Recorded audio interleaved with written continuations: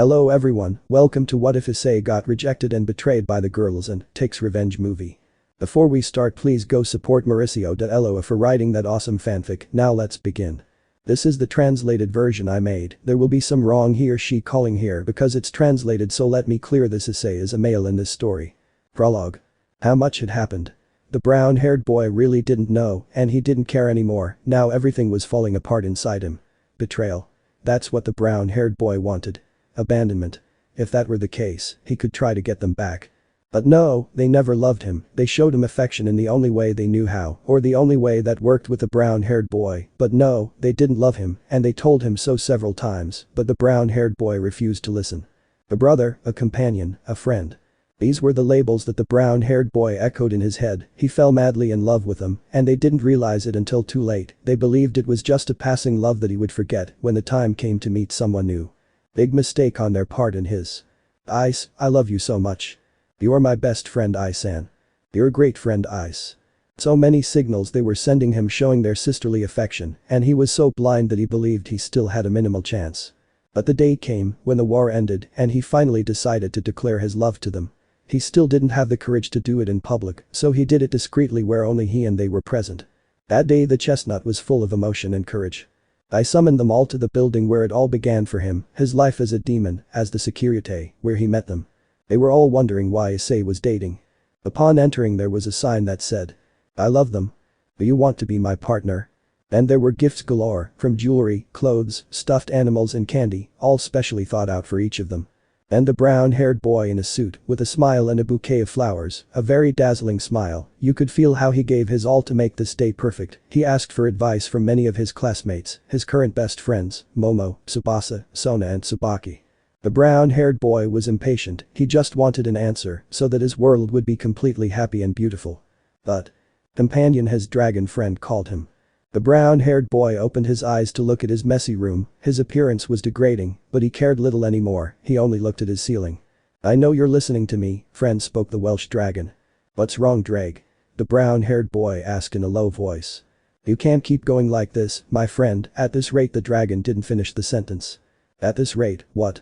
the brown-haired boy asked, still staring into space. "Originally you would have died from the dragon's curse, but being half-demon the effect diminishes greatly." "I'm serious," the crimson one. "So what will happen?" I asked, waiting for death. "You will lose your emotions," I said, and that caught the brown-haired boy's attention. "Lose them at what point?" "You will not feel hate, love, sympathy, joy, sadness, nothing." "And if war breaks out again, will I abandon all facts if I have no feelings?" "No, because you have dragon blood, it will incite you to battle.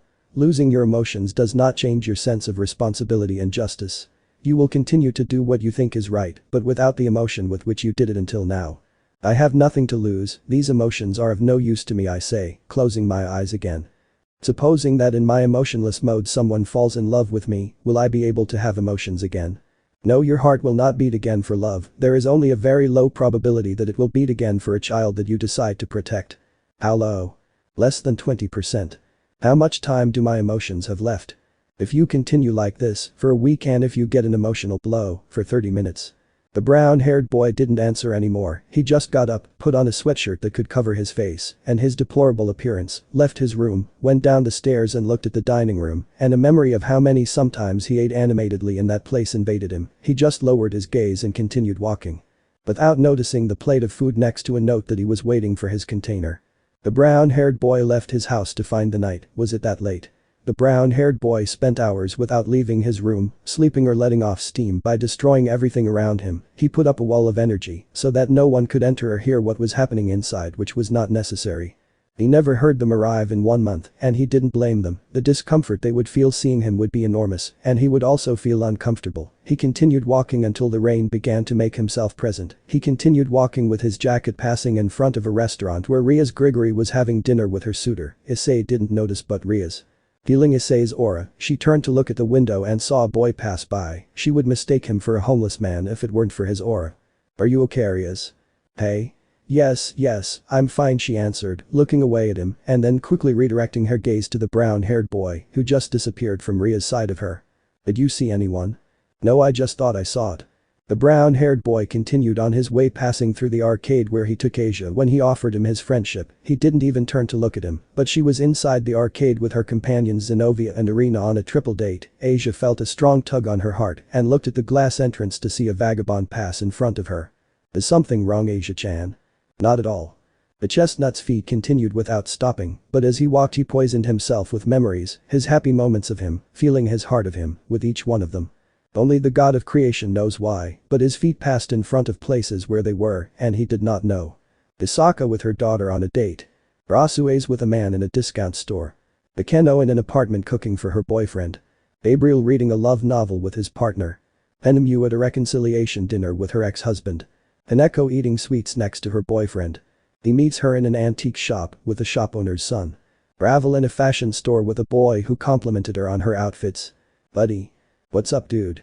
What are you going to do now? I'm going to travel with a little time left for my emotions, and maybe I'll find a baby who needs a father. And with that the chestnut continued walking, losing himself in the night accompanied by the stars and his faithful friend. Lost heart.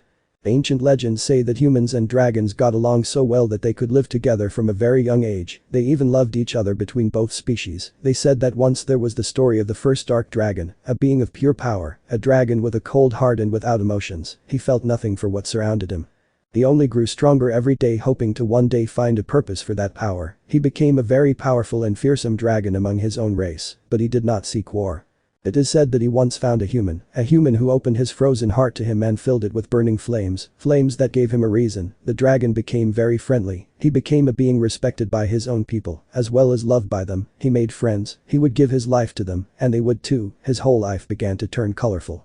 He had everything, he only needed one thing, love. He knew who his heart belonged to. It belonged to that human who opened her frivolous heart to him, that one who filled his heart with flames, a rude, untamable girl who declared that she would never let herself be conquered by anyone, but she always returned to the same place. To the cave where he always waited for her with a smile and with a blush on her cheek. She said, "Don't get used to it, it's only temporary." He began to search for her. He wanted to find her and tell her what his heart wanted to express. Then he found her scent in a villager's house. He descended with a smile, and in his human form, he found her scent, but there were 2 other children and a man. He knocked on the door and a little girl opened it. The dragon smiled at her, and the girl returned the gesture. The dragon asked to speak to the girl. She just nodded and went to call her. "Mom, they're calling you." The dragon opened his eyes. This couldn't be true. Then he intensified his senses, encountering that horrible truth. Her scent was combined with that of the girl and another who was approaching. Then, she entered the room with a baby in her arms. Prom Quatch. The chestnut is seen walking through the streets of France, more specifically Paris, the city of love. 6 days had already passed. Today was the last day with feelings. On his 7-day trip around the world he met many people, several people who were going through the same thing, some who were able to find love again. If you put your mind to it, you can succeed. It was the phrase that many said to him, but they were humans. He was no longer one. He was a dragon demon who was destined to wander the world without emotions. Then an old man approached him yesterday. They say that in France love is just around the corner. This could be a good place to start. And there he was, walking through the streets of France, with his gaze down. He felt the sensation of love that surrounded him. He watched some couples loving each other, others fulfilling their dream, or even some breaking up their relationship. The hours passed and it was 11:57. The brown-haired boy was looking at the stars on a bench in front of the Eiffel Tower. "Certainly a very beautiful sight," said the chestnut tree. "Anything you want to say before we say goodbye, partner?" Drake asked. "To tell you the truth, yes. Thank you, friend, for being with me until the end, and forgive me for having stained your name with that chichirite thing," Issei said while his voice became broken. "It was fun at the end of every day, buddy. And you, Drake, do you have anything to say?" I asked, looking at the moon. "You were undoubtedly the best of my bears. You were someone who overcame all adversities with your smile. It's a shame that it ended like this." Issei had tears coming out of his eyes. 11:59. "I'm going to miss you, buddy," said the brown-haired man. "Goodbye, calm." 12 o'clock. The brown-haired boy's gaze turned dark as tears fell from his face. The rain began to make itself present, while covering all traces of his tears. When the brown-haired boy got up he began to walk to take shelter from the rain. In the distance a girl could be seen running, trying to take shelter from the same rain. The girl looked at the ground, trying to cover her face from the raindrops. The brown-haired boy stepped aside, dodging the blonde, but he didn't just avoid a girl, he avoided one of his last chances to save his heart from him. The brown-haired boy continued walking in the rain. After a few seconds he stopped caring. After all, he was almost immune to common diseases among humans. Then he heard a knock near him. He looked in that direction and found a girl in the rain looking at her knee while crying. "Why doesn't my mommy love me?" It was the girl's question about Ella. The brown-haired boy just looked at her for a moment before continuing on his way about Ella. He no longer had interest in anything or anyone. Well, you might be wondering what happened. Well, the sacred gears are supposed to be linked to the emotions and feelings of the wearer, including the balance breaker, so Issei, by losing all emotion, not only lost the balance breaker, he also lost the ability to use the booster gear, and with that he lost his last friend. Regret of the heart.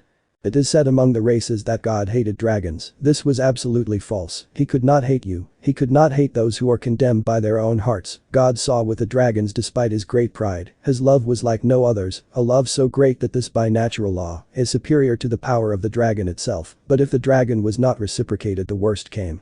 Its power consumed it. There were some who gave up and died for love, others devised ways not to die, sacrificing their emotions, becoming evil dragons, others freezing their hearts, closing it to everything. God watched with sorrow and pain as these creatures simply gave in to love and pain. How could he hate beings that have such a cruel destiny? God, you created this whole world, didn't you? A dragon spoke to nothing, waiting for an answer. I honestly don't know if you're listening to me or not, but I'd like to know why.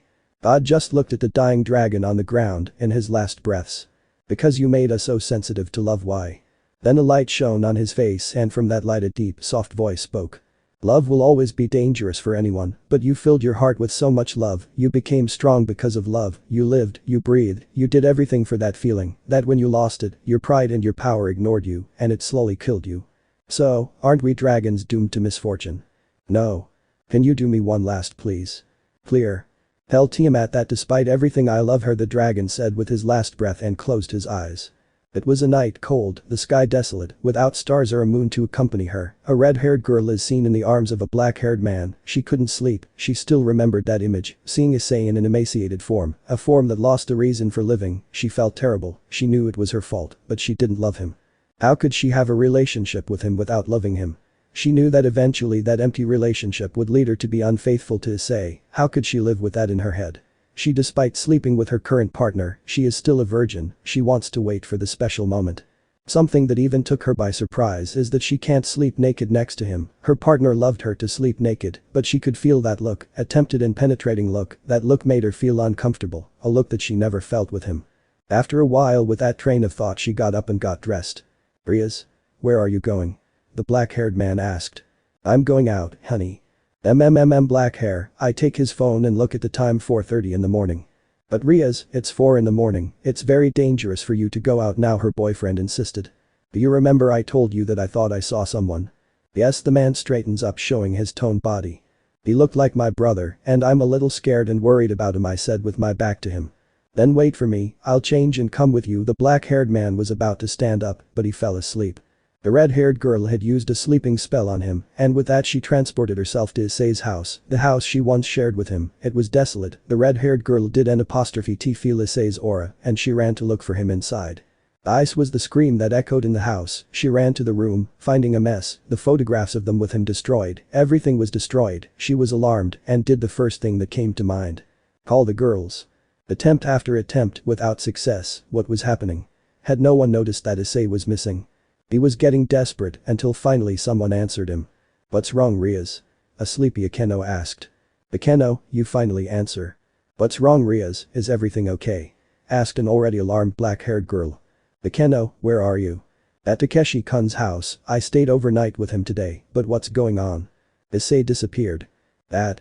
The chestnut tree was walking and observing a beautiful landscape. This landscape is better known as the Aurora Borealis. The chestnut tree was observing the beautiful colors with an emotionless face. In my old self, I would not hesitate to praise these colors, but now, I just look at them. But ancient legends say that the northern lights hide more secrets than those known. The sedentary people called them the spirits, beings that, no matter your race or species, are always there to watch over you and guide you on the way back home, as long as you are determined to return there. Issei. The voice called out to Issei, who looked in different directions and looked at a crow that began to fly in a specific direction. Issei observed for a moment the direction in which the crow took flight. "Issei. Way home." The brown-haired boy kept running without stopping, following the crow as best he could. Despite having the inhuman speed of a demon dragon, the crow had an advantage over him. Sometimes he lost sight of him. The faster he tried to go, he felt that he was getting slower, but out of nowhere he asked himself, why am I following him?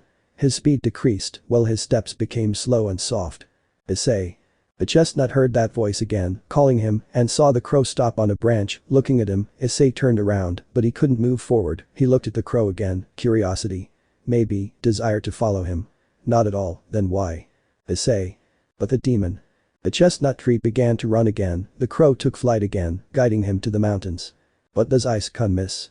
It was the euphoric cry of the current Lucifer. They were in an emergency meeting. Issei had disappeared, the pillar of the factions and hero of the same. Everyone was desperate to find out about something like that. Ryazan any idea what could have happened? The soft and kind voice spoke to the Redeed. It was the current guardian of Overlord Michael. And no. The Redeed's voice faltered. She had a theory, but how could she say it? She didn't care about being on good terms with any of them, not even with her brother, but even so, how could you say, he left because we broke his heart? She still refused to come to a conclusion. Maybe he was kidnapped, maybe he committed suicide because of her. Riaz, tell me what happened. His brother was starting to get impatient. It's just a theory, I don't really know if it has to do with this. The red-haired girl spoke. We hear. The father of all spoke. Ice, a few weeks ago, he confessed to us.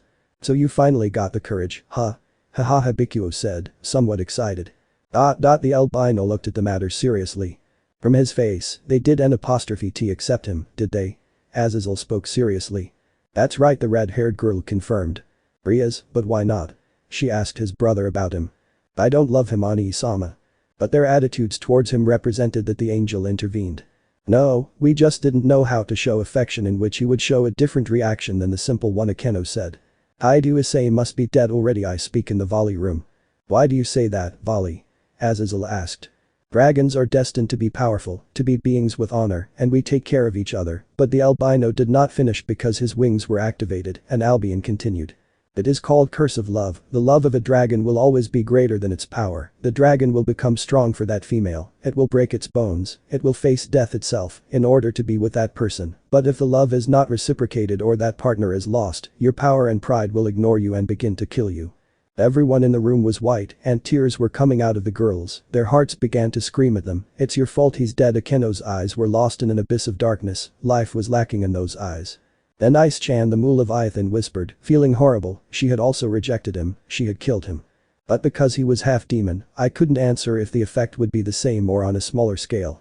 What would be the best scenario? Azazel asked. That he died. And the worst. That he became an evil dragon. Is there no other result?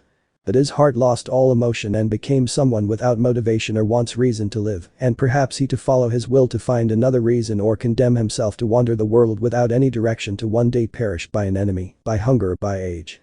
Ice-san, the little nun, looked at the ground sadly. Then he flashed back.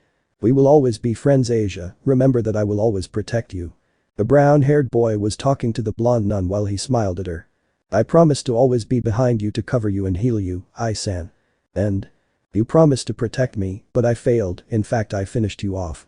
The blonde had tears running down her face. Please excuse me, Ice-san. Excuse me? Hey? The brown-haired boy heard another voice, which asked him for forgiveness. The brown-haired boy looked around. He didn't know who that voice was from, but for some reason he felt calm, he didn't feel lost. Issei. The Sekiraiate began to run again. They were close to the mountains. That seemed to be the place where the raven was guiding him. They just needed to see why it was taking them there.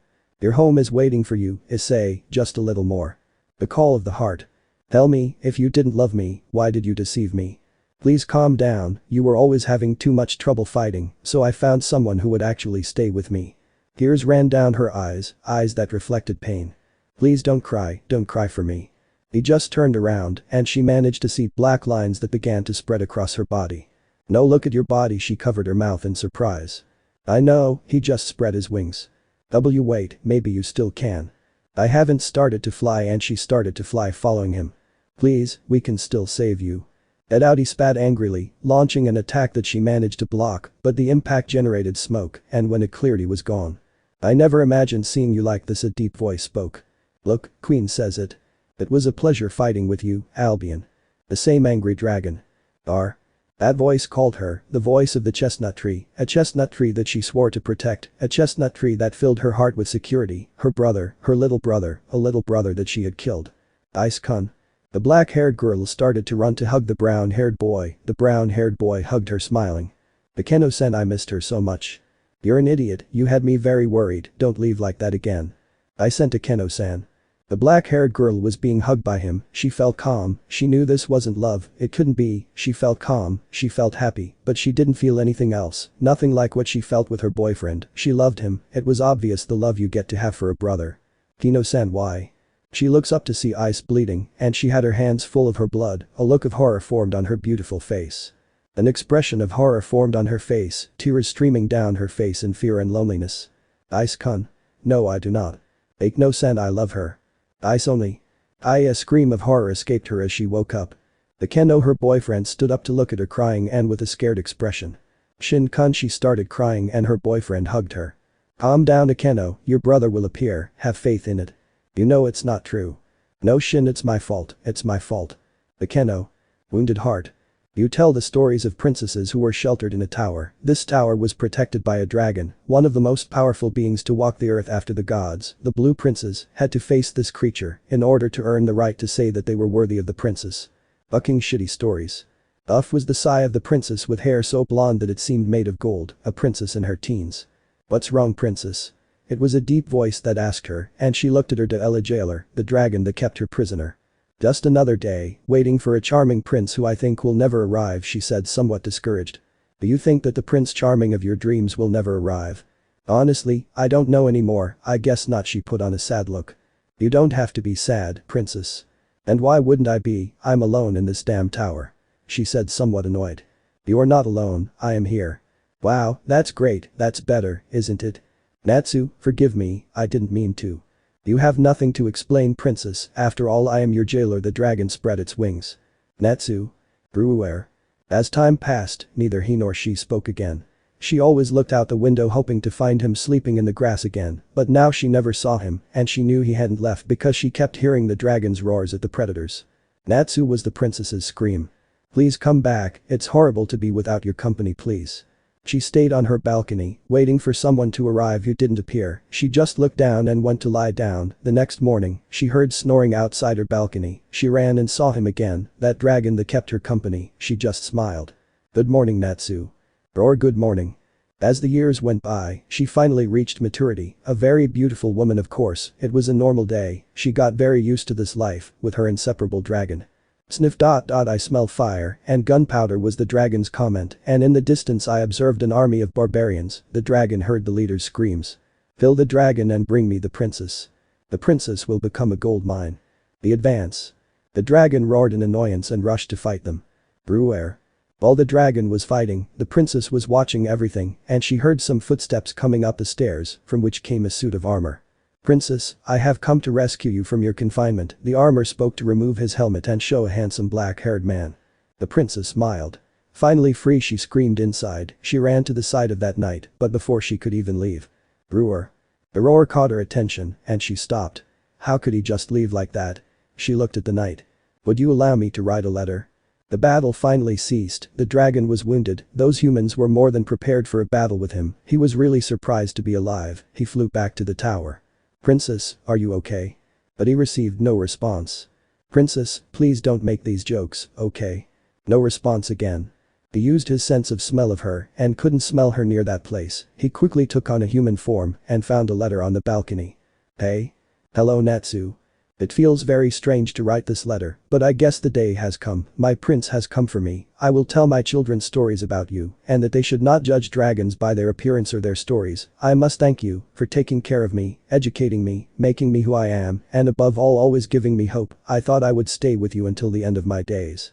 And it wouldn't bother me, but finally the day I have been waiting for so long you have arrived, the moment you always told me about.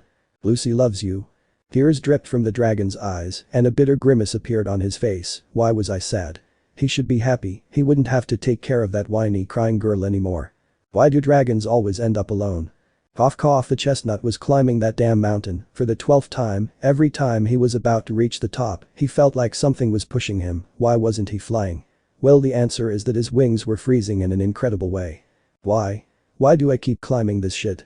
The chestnut tree spoke to nothing as it continued climbing and once again felt a tug that knocked it down again, but this time it managed to grab onto a rock.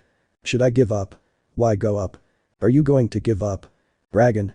The brown-haired boy looked at his arm, but there was nothing. The brown-haired boy was about to let go, but his hand didn't respond. He refused to let go, then memories invaded his mind. Hi, I'm Amano Yuma. I am the Welsh dragon Drake. We drake bearers always have one characteristic. We fight until our bones are pulverized. We don't have to give up here. That phrase caught the brown-haired boy's attention, and he looked up and found himself there. Do you remember why we fought? By them. Now without them, why do we fight? I don't fight for anyone anymore. And our parents? What about all the children who have hope in you? What about our friends? They. Stand up and show why we are the strongest security. Stand up and show that you can keep moving forward. Coming home. The elders say that everything in life has a purpose, from the moment you meet the love of your life to the abandonment of a partner. All these circumstances have a reason, sometimes they help us to be better, other times they corrupt us. These things are what differentiate good and evil. Forgiveness and resentment. Patience and despair. Love and hate. You. Which path do you choose? Issei. I had been walking for weeks, I felt exhausted, desperate, my feet asked me to stop, my stomach asked me for strength, and my mind asked me to give up. Throughout my journey I asked myself the same question. Why? I questioned so many things. Why do I keep going up? Why did I come to this place? Why do I follow that crowd? Why the buck do I cry just thinking about falling to the ground and not following this path? But I always got to the same point, I just do it. Then I arrived at the end of the mountain, at the highest point, just to let myself fall and feel the soft snow on my face and all over my body. It is said that dragons do not feel cold because they spit fire, but now I feel cold. My gaze did not advance more than a few centimeters in front of me, I felt that my eyes were heavy, with what little strength I had left, I managed to turn around and look at the sky. I came this far just to get a closer look at her. I asked the air, but it just stared intently at those lights, they were so beautiful. Then I remembered something. Then Issei. Flashback. Look, give a small chestnut tree pointed to the sky upon seeing such a spectacle of lights. I see it, son. The father was taking his hand. It's beautiful, isn't it, little one? An old man approached them. Yes, grandpa, it's beautiful. The child opened his eyes, it was really incredible. Yes it is, you know Issei, this is where I found my home with your grandmother. The old man stood next to the boy. Really? The boy looked at the old man. It is, son, I lived here in my childhood before going to live with my uncles, said the boy's father. Yes, I remember wandering around the world trying to get to know it, but when I got here I couldn't leave. I loved seeing these lights, the old man said. When I grow up I will live here too, the child declared. Ha, the older man laughed. Dad, stop giving Issei ideas. Issei's father spoke. Leave it, honey. A young woman approached with an older woman. Mom, have you seen it? The little brown-haired boy pointed. Yes, darling. Issei's mother prostrated herself next to her husband. Come on, son, you know you'll always be welcome here, the old woman said with a smile.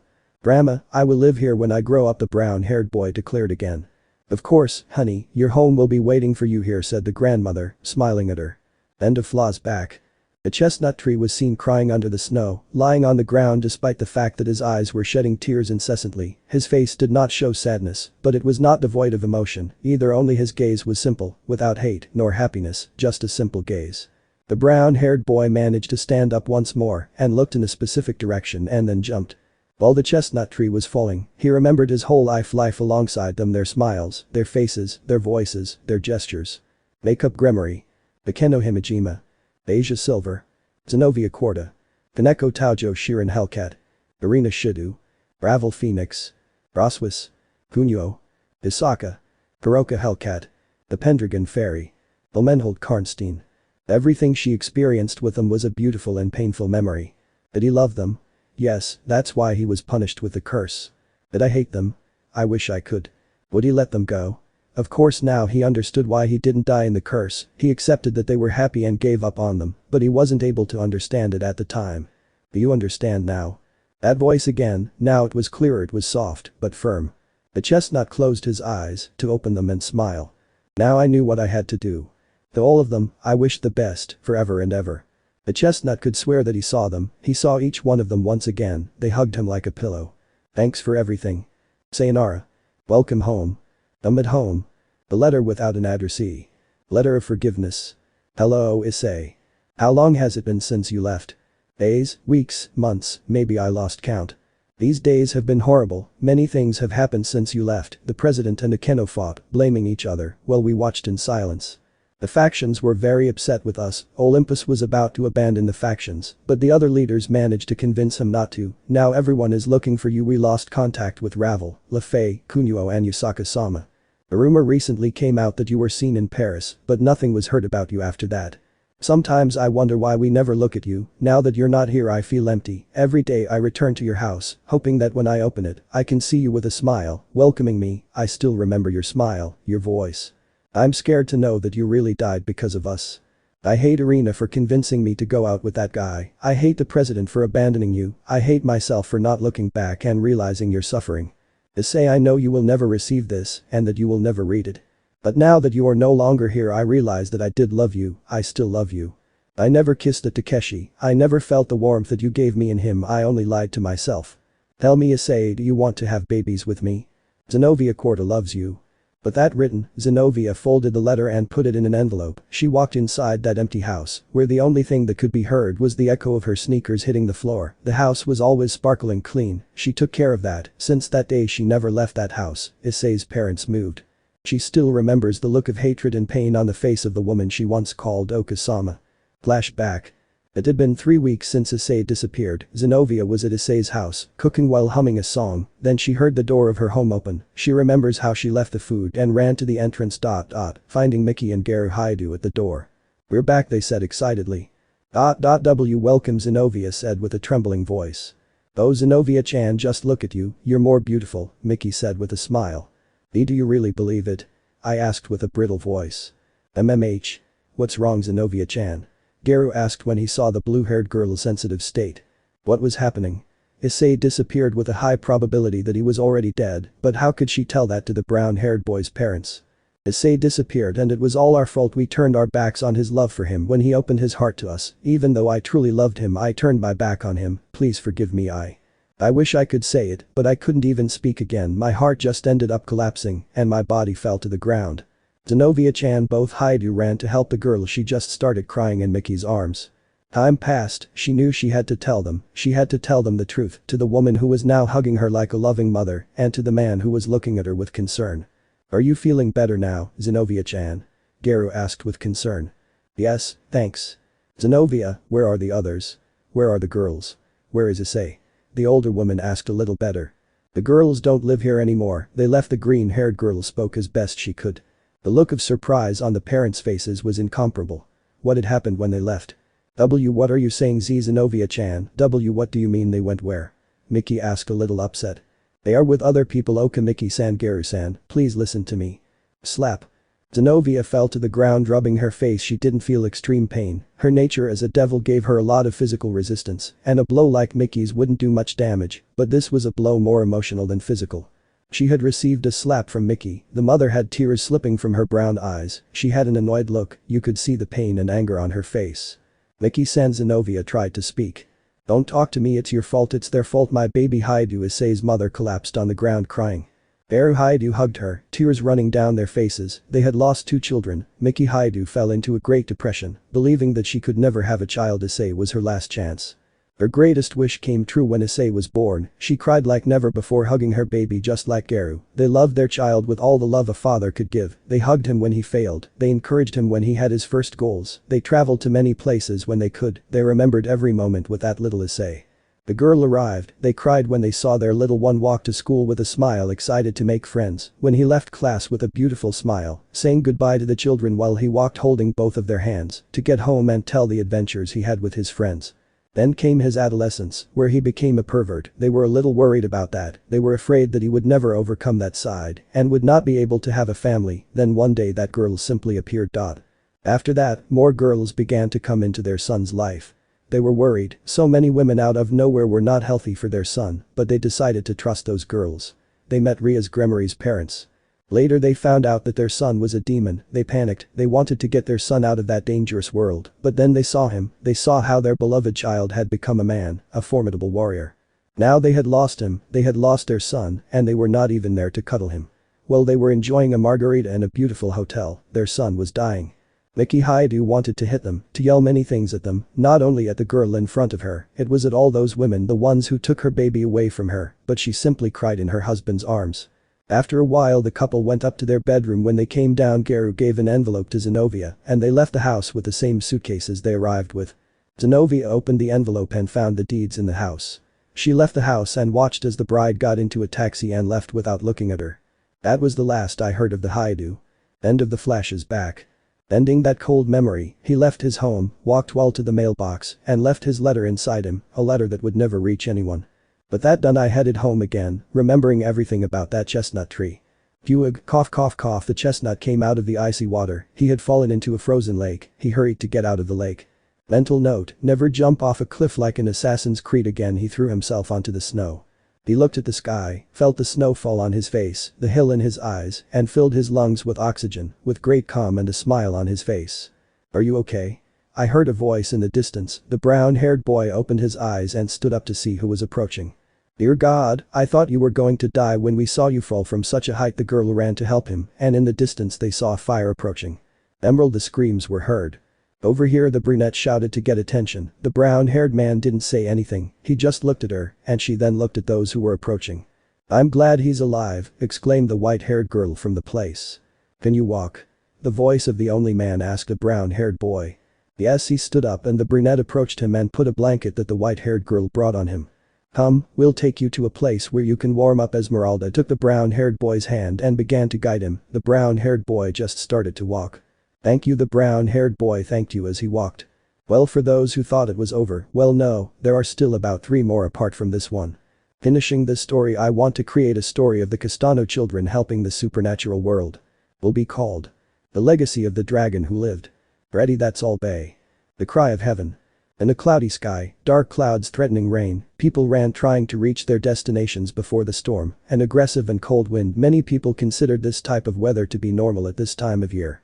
Then the rain began to fall, but for some reason it felt different. This rain did not fall aggressively, it fell calmly. Even a little girl looked at the sky and then looked at her mother. Mom, do angels cry? MMH. The mother looked at the sky with some doubt and then looked at her little girl. Yes, darling, angels cried too, the mother answered in a calm voice, while the girl continued looking at the sky and continued on her way with her mother. In an apartment in Japan, there was a blonde in front of a fireplace. She looked at the fire as if it were the most important thing in the world. She kept her eyes on that fire as if she could see something more than those striking colors. Gabriel, I'm back. A boy knocked on the door, who had just entered. The boy walked and saw her. He saw that blonde who was still crouched looking at the fire, and he started talking. I still keep all the letters you wrote to me, he said while showing a hurt expression. Every time I read them it made me feel strange, but I felt happy and joyful. I was more than willing to give you my heart, she said as she stood up while holding several letters. When I saw you I thought I knew you would be the one for me. You said you were the one for me. She could see herself next to him represented in the fire. Now that I see them I only see how naive I was. I'm burning each one of them. If you want you can keep watching. Nothing will change either way, she said while throwing the letters into the fire. The boy could only look and remain silent, and he tried to approach her. Don't come close to me, she yelled at him, tears running down her eyes, that hurt expression and tears running down her eyes. You told the world how you brought her to our bed. What phrases she said in your ear, she shouted crying. The sky let the rain fall, while the expression of hatred lodged in it. Do you think I'm blind? I'm not stupid. I saw the women around you, she said while having a sick mocking expression. Now I lost a person who would give his life for me because of you, she screamed while pushing him. The boy just watched her leave. Don't look for me, because you'll never find me again, she said as she left the apartment. She walked and walked, she stopped in an alley, her tears still running down her face, while the rain covered the trail of them. Then she spread her wings, her 12 black wings, she just started to fly. She had no reason to keep crying for those black wings, she knew it was a consequence, but that was the least of her worries. She just wanted to find him again, the man who truly marked her heart of Ella since she saw him. She wanted to hear his voice of Ella again, now that she was a fall, to feel his perverted gaze of Ella on her again. I just want to be by your side again, Issei. Months had passed since the chestnut lived in this curious village. The majority were humans, but there were also other species, elves, dragons, yokai. It was a very calm and happy village. When he said he had nowhere to go, everyone helped build him a house. Now he was one of them. Now they were at a festival. They were at a big bonfire. Everyone was dancing with friends, others with a partner or the children with their parents. The brown-haired boy watched everything leaning against the wall of a cabin, then he heard his friend's voice. Aren't you planning to dance? I asked while looking at him with a smile. Haha, I should ask you that, after all, it's not easy to get dizzy, the brown-haired boy spoke mockingly. Heh, that's true, the muscular man positioned himself next to his friend. Why don't you dance with Katerina? It is said that with each dance, everyone finds their partner, the brown-haired boy said, looking at him. Better not say anything, you're worse off than me, Garen said with a smile. Fuck you know I'm not looking for anything after what happened, I said with a sad look. Well, look at it this way, there's no one who leaves the town except for hunting or us, so there's not much chance that they know anyone, he said with a smile, something that didn't amuse the brown-haired boy. Then the brown-haired boy looked closely and could see how 5 women were looking at him and quickly looked away. Why do these things happen to me? The brown-haired boy asked himself, then he remembered that no one would answer him since he started living here and confessed to them that he was the security. He had tried many things to get your partner back. All attempts ended in a resounding failure. He missed his friend's inappropriate comments. He shook his head to amuse those thoughts, then came back to his senses when he saw Esmeralda dancing. Maybe, just for once, I should listen to Garen, the brown-haired boy smiled slightly. Laments of the heart. Of. Takeshi. It's been months since Akeno's brother disappeared. Since then she has had recurring nightmares. This really affected her, but since then she has been very strange with me. She would wake me up, she would make me my breakfast. Maybe for many men she would be the ideal woman, but the girl I fell in love with broke. I was her whole life, she breathed for me. If I asked her for something she would do it without protest or hesitation a little. I remember that he said that I wanted a motorcycle and that I would save up to buy one. 2 days later the motorcycle was outside my apartment. She kept our apartment clean to perfection, the clothes were always clean, food was freshly made. After finishing the housework she would sit in front of the door waiting for me to return. I remember the day the transports broke down and I walked home. I found her sitting in front of the door with a lost look, as if she were dead, but she looked up and her eyes came to life to smile and welcome me. This couldn't go on like this. He won't leave these walls anymore unless it's with me. We always buy groceries together. The day we didn't go, he asked our neighbor to go shopping with us. Her whole life depended on me. This couldn't go on like this. She had to go out, be with her friends of her or get someone again. Flashback POV. Normal. The boy is seen in front of a luxurious house. He looked at the address. Yes, without a doubt it was here. Then he rang the bell and it was heard through the door communicator. Good morning, young man, are you looking for someone? A somewhat mature voice spoke to him. Yes, I'm looking for Riaz Gremory, the boy said. Miss Riaz is busy, I'm sorry, the man on the communicator spoke again. Please, I need to talk to her about Akeno, the boy said, being. There were a few seconds of silence until the door opened revealing a butler. Please follow me, the man began to walk and was followed by the boy. The boy looked at the house, he marveled at how luxurious it was and for a moment he imagined a house like that for him and Akeno and a couple of children running around. That made him smile, but he came back to himself when the butler stopped. Then he looked at a red-haired girl coming down the stairs. Damn, she was beautiful, but he only recognized her beauty. He only had eyes for Akeno. Before even wanting to hurt that girl who ruled his heart, he would tear his balls off with his own nails. Queen ears? Asked a red-haired girl. I am Takeshi Isuguri, the boy said. You mentioned a person who was once special to me, tell me you wanted to talk about Akeno, said the girl, finishing going down the stairs and standing in front of the boy. Yes, Gremory-san, Akeno has been very strange since the disappearance of her brother Issei Haidu, and I'm worried about her. She told me that they were best friends, that's why I thought you could help her, he spoke in a worried and pleading tone. Indeed we were friends, almost sisters, she said, looking away. The boy just kept silent. But that changed when Issei disappeared, she said, to turn her back on him. Wait please, she needs you. I know that maybe you also wanted Issei-san, please do what he would have done that stopped the deed, and she looked at the human with anger. Don't talk about him as if you know him, get out for me, she could die, said the red-haired girl and the boy. But that the boy left the red-haired girl's home. Then flashback. Now we see the same black-haired man sighing with exhaustion. His investigation into the boy's whereabouts stopped in France, Paris. He wanted to find the boy through Akeno, maybe that would help Akeno get ahead of her current state. Damn, where are you, Issei-san? He sighed desperately while calling his partner's attention. Another dead end? The boy asked, laughing. Yes, I look at what his investigation led him to nothing. Go on, get to work, said his friend about him. I finished all the pending tasks yesterday, that's why I worked overtime, to concentrate on this, said the black-haired boy.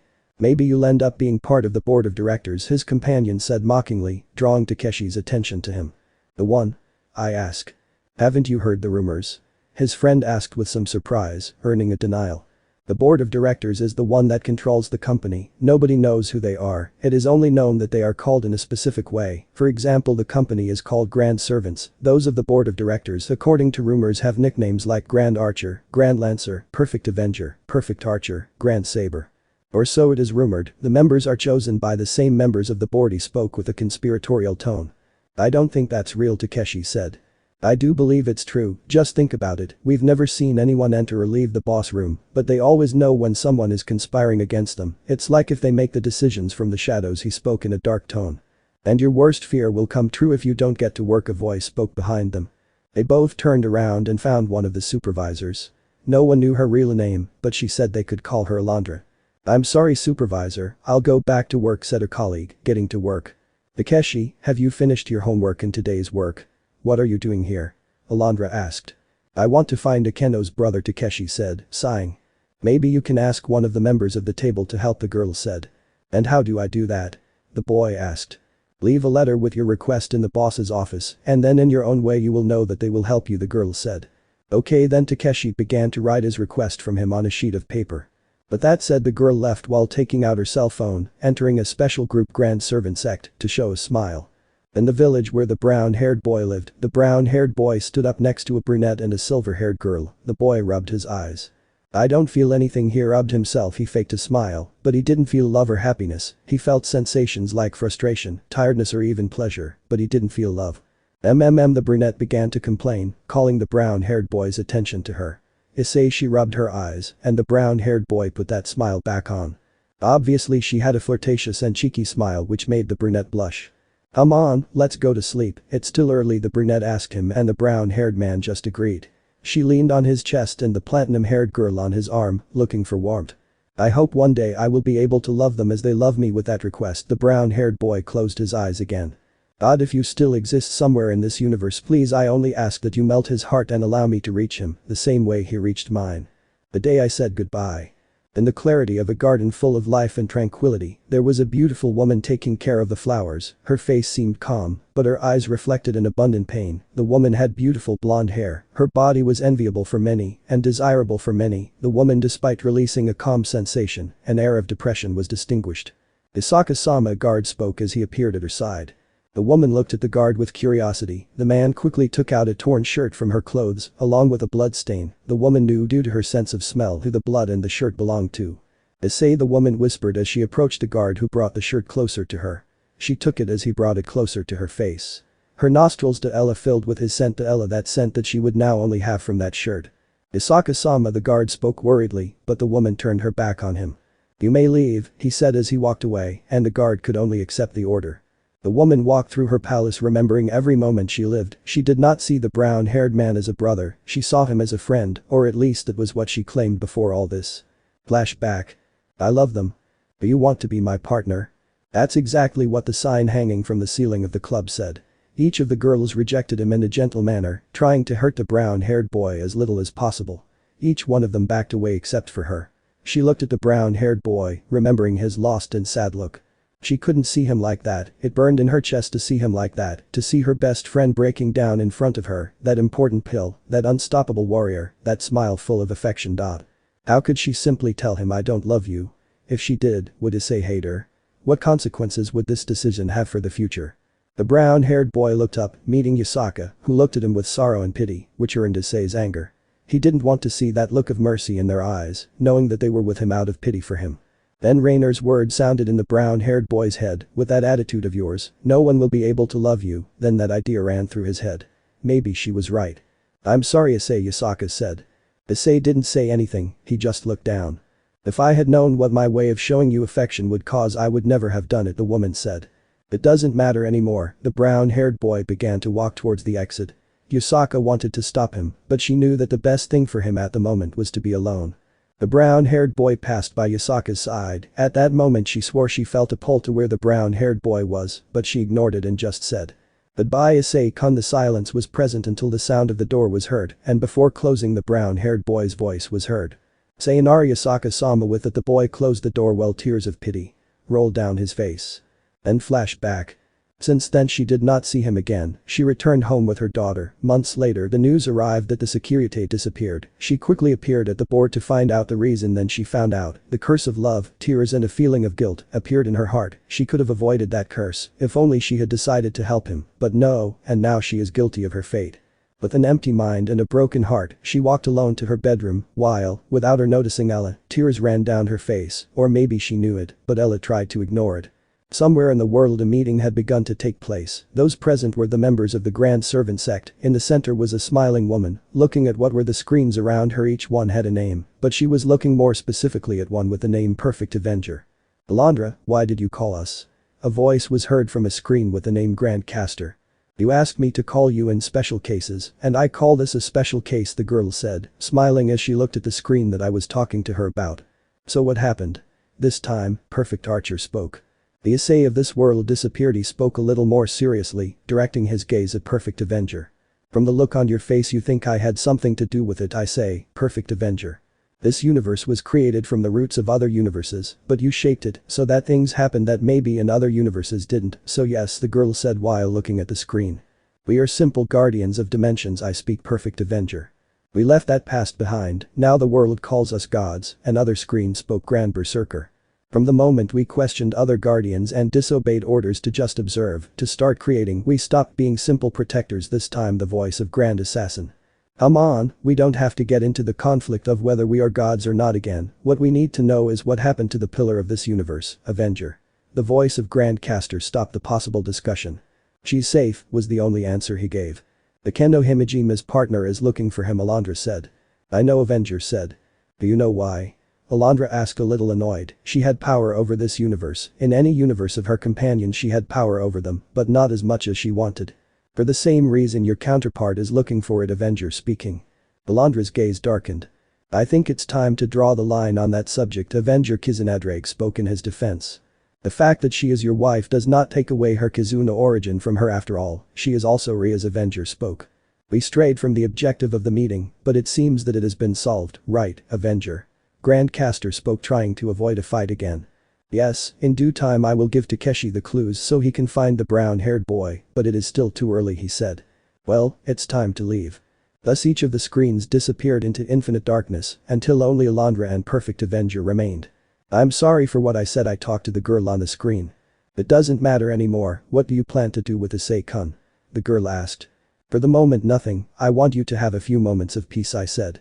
"And then?" "Simple. Sometimes happy endings don't come to those who deserve or need them the most." The screen spoke for the last time before disappearing. Alondra looked into nothingness to speak to it in the same way. "I do say enjoy your peace, because peace does not last forever." With it she began to walk into the darkness and get lost in it. When tears freeze. It was New Year, a celebration that is celebrated all over the world, celebrating another year of existence. Even demons went to the human world to witness this very joyful human celebration, which is celebrated with family and friends. A time of laughter and happiness. It was a good date for a wedding. Of course this would not be just any wedding, it was the union of Rasuius and a young and skilled Einerjar, a noble and compassionate heart. But her grandmother tried to make her see that this was not what her heart desired. She knew that the boy she was going to marry was a copy of Chestnut's emotions. They even looked similar, but not enough to say that they were related. They had the same color eyes and hair. Now this was his last attempt, the last chance to get back out. Even Auden expected the security to break down the wedding door proclaiming Ross as his, but they knew that would not happen. "Ross-chan, are you sure about this?" asked the silver-haired grandmother. "Of course, Mormor," the silver-haired girl confirmed. The silver-haired girl looked at herself in the mirror with a satisfied smile. "Ross-chan, I only want the best for you," he said, trying to reason with his grandmother. "I will be happy with him, I know it," the silver-haired girl said with excitement. "Then may the Father of all bless you and your family, my dear Ross-chan." Her grandmother gave her blessing while the wedding melody was heard. "Thanks, Mormor." With it the silver-haired girl headed to the wedding. The grandmother watched as her granddaughter walked forward with a smile, full of happiness. She had really found love, she had to accept it, maybe this is for the best, and she refuses to accept that her granddaughter did not really love the chestnut. "I promise to protect Rasuius with my heart and soul." That little promise sounded in her head. Hi to Issei, a funny and perverted boy, the worst match for her granddaughter, or so she thought until she met him. Behind all that was a kind, gentle, dedicated and loving boy. He had seen death in the face and had escaped from it. He even bet that death was in love with the brown-haired boy for not being able to have him. She had left his arms behind her so many times that it even seemed unreal. But surely death must have been having a feast having the chestnut with her. The old woman was a firm believer that the chestnut was still alive, but if not, he died in the most horrible way. He died because of the love he felt, that love so intense that it made him escape from death, ended up killing him. But the sad expression, the silver-haired grandmother entered the wedding. On a balcony that gave a direct view of the northern lights, there was a silver-haired girl. Looking at that beautiful phenomenon, she looked over her shoulder. She saw her current husband talking to his friends and family. She said she wanted something to do alone. Now she was on this balcony, holding a photo while her hands trembled and she bit her lip, stifling her tears.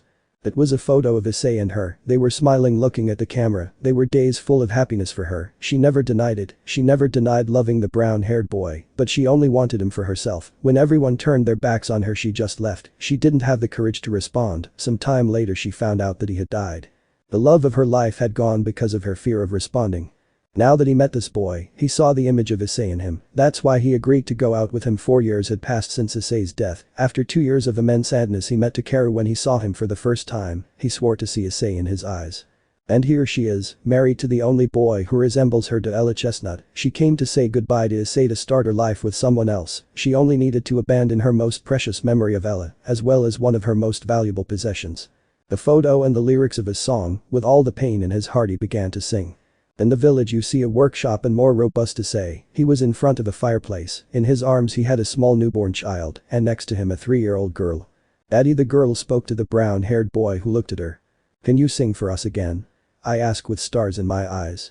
Haha, of course, the brown-haired boy answered while the girl quickly brought a pillow and a blanket and laid down next to him. Hahaha, the brown-haired boy laughed with great calm. Ready, Dad, the girl said, already prepared. Okay, the brown-haired boy prepared to sing. Said. Dear Mary. How does your garden grow? You will be the 7th lady who came here.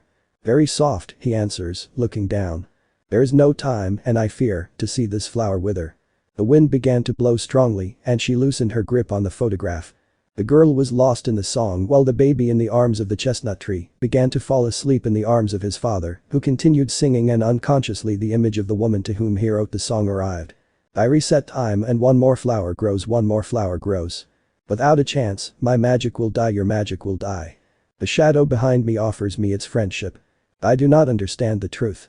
The wind managed to take the photo away. While she felt enormous pain, tears continued to run down her beautiful face. Without the chestnut tree noticing, behind him there were 4 figures who came closer to hear better the song that their husband and father was singing. Said. Dear Mary. How does your garden grow? You will be the 7th lady who came here. Very soft, he answers, looking down. There is no time, and I fear, to see this flower wither. I fade away on this endless route. I am adrift because of this friendship. Maybe he loved me because of the way he spoke to me. I do not understand why. With that, the white-haired girl had gotten on her knees while crying. Her face no longer felt the tears from how frozen it was, or it is possible that the tears had frozen, but that did not matter to her now. It hurt her to hear Issei's voice every time she sang the song. The brown-haired boy was surrounded by 3 older women who sat near him, and a 3-year-old boy who followed his sister's example of him and lay down on the other side of his father of him. Said. Dear Mary. How does your garden grow? Stay with me, I don't know where to go anymore. Very softly, he answers, he goes into the darkness. A little of your kindness is enough.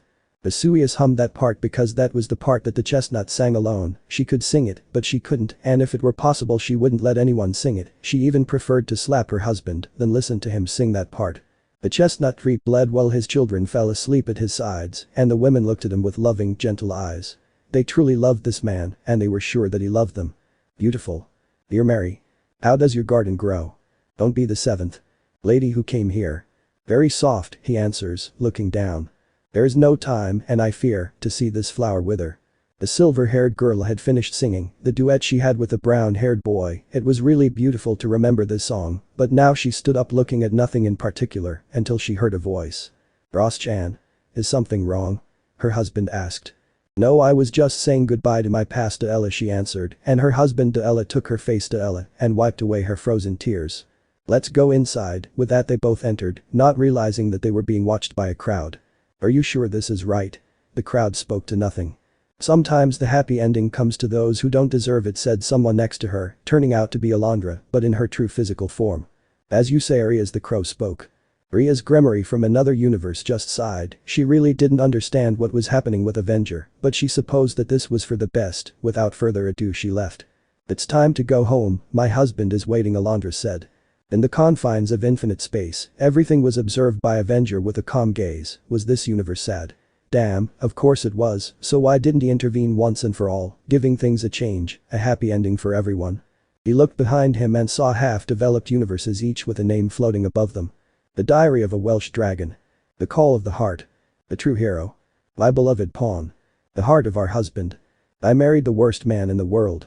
More and more semi-developed universes, some more complete than others, he just sighed and said to himself. Life is never fair and never has been. It seems that not even our creations have a fair life. The sin of the egoist. The smiling Issei can be seen next to Kuroka. Both of them lived happily together. From afar anyone would see that they liked each other, but everything was observed by an albino, who clenched his fists in anger. What are you doing by his side? Did N''T you say you wanted to be by my side? Of all people, why did he have to be her best friend? Before, he rejected her for fear that her grandfather could use her against him, that's why he treated her as if she were nothing about her, but now he was watching her as she showed him a smile that she once dedicated to him. I hate you, Haidu, Issei. While her mind Deela continued to curse that damn brown-haired pervert, her pussies Deela trembled as they bled from the force in her hands. Deela, watching as Kuroka shared an ice cream with the brown-haired boy. I wish you would disappear and she would come back to me. But despite that, the albino only cried in silence. Despite all his jealousy of Ella, he wanted her to be happy, even if Ella it was N''T by his side of Ella. With that, he walked away from the place. Hey Vali, do you want to go on a date with me? The black-haired girl asked, blushing. Maybe I still have a chance. Their date went naturally, they both laughed and played, but the moment came when they both let themselves go and kissed. It seems that Haidu still rules her heart. I'm sorry, but I refuse to let her go. That day she gave herself to Vali Lucifer. Issei disappeared, the Redeed spoke to everyone present. Albion's explanation scared Lucifer. His best friend of Ella died, the same day of his date Ella with Kuroka, the day she gave herself to him. His best friend of Ella died from rejection. This can't be happening. Vali is passing by, a voice behind Vali caught his attention. The albino turned to look behind him, to open his eyes in horror, the dying brown-haired boy looking at him with pleading eyes. Haidu, the albino approached to help him. Are you happy now, Vali? Is my death enough for your happiness? The chestnut asked as he died. The albino opened his eyes suddenly while breathing heavily. What's wrong with you? Albion asked his bear.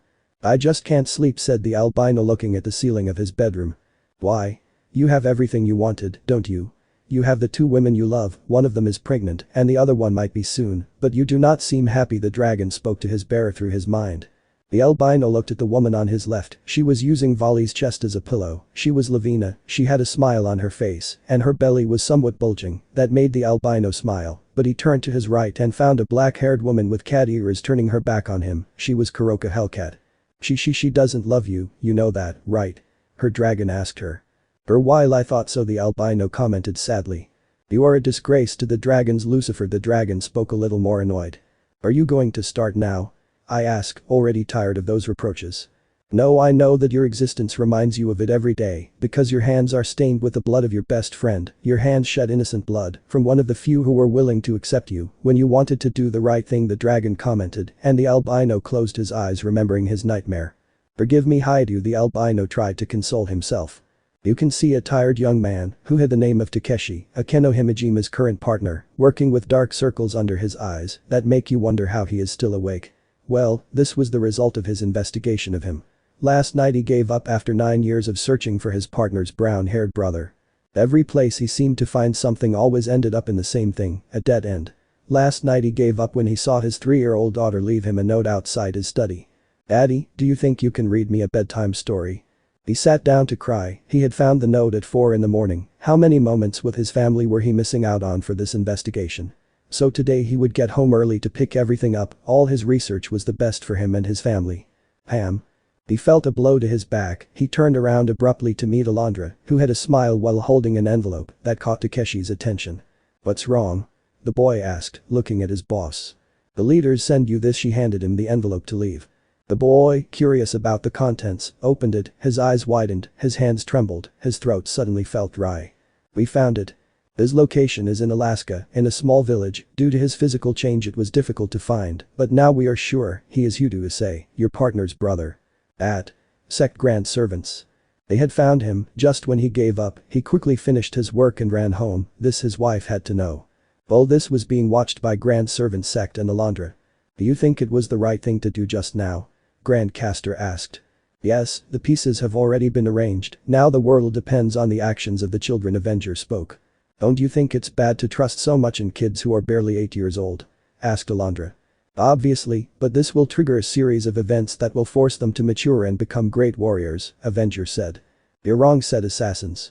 You are. But this I practically end this story. I will continue uploading the missing episodes of the reaction of the girls and boys who lived with Castano, but they will no longer be as relevant. Now the true continuation of the story will come in the legacy of the dragon who lived. Trailer. Have you ever asked yourself, what is there beyond what you know? Beyond the road to your home, beyond the trees and hills you can see. We do, and now we pay the price for wanting to find out. Boom. Careful was the cry of an albino. Death, despair, and new war had begun, only they could define their course, towards the light or the darkness. Where is Issei? What are you looking for with my father? And your father? Being sons of a great warrior, they have to fill the same space that their father once occupied. Pastor shouted, a blonde with slanted eyes. I'll do it as fast as I can, say to a black-haired man. Your father was faster, now move you screamy girl, the blonde yelled at her. Yes, Gasper Sensei, the black-haired man continued. Ghosts of the past looking to get out. I met your father here, a blonde woman spoke. Your father will be the only man I will let touch me, he told a white-haired girl. Our race can only love once in a lifetime, said to a black-haired girl. What makes you think I'll tell you where she is? Do you want to make sure you finish breaking what little heart she has left? The battle is coming. A large army of different races could be seen in the distance. Would this be the end? With the little strength he had left, the black-haired man stood up, he was ready to face it. A roar sounded behind him, he looked back in fright, to cry with joy. The crimson dragon that roared as a threat to the army, demonstrating its great power. Dad, said the black hair when he saw the dragon. The consequences. Somewhere in the human world, where technology blinds fragile beings, deep in the forest great screams of pain and agony could be heard. The scene showed hundreds of dismembered and burned bodies. You could see a demon crawling through his life without an arm and a leg. Ears? Asked a demon while bleeding on the ground. He received no response, but he felt something burning begin to melt his skin and bones, until it suddenly burst through his chest. Hey, what the buck happened? An upset voice asked in the distance, while a group of 3 demons searched for the person responsible. It's fire magic, said one, analyzing the body of one of his companions, without realizing that some eyes were watching them. We must hurry, he did not finish the sentence because a shadow appeared in front of him, and with one blow his chest exploded, leaving a huge hole in it. While the other 2 could barely react, their opponent's movements were fast, and in a matter of seconds he had eliminated one, leaving only one dying who looked terrified at the eyes that were watching him. When the leaders find you, you will be killed, damn traitor, the demon said angrily while the sky began to clear. The moon began to illuminate the landscape, showing the massacre in a better tone, and the attacker who had blood on her hands while the red liquid continued to drip from them, then the moon illuminated her face. That's why you're alive, I want you to deliver a message, he said, approaching the demon and breaking his leg. Argai screamed in pain while looking at the white-haired girl. Tell them I'm here to collect what they stole from me, he said as he approached her demon's face. The demon could only complain, the pain in his body did not let him think, it only kept him alert to the white-haired girl's words from her.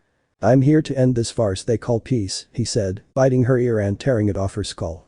Arg. So he did it again, huh? Asked the red moo looking at a demon who was on his knees.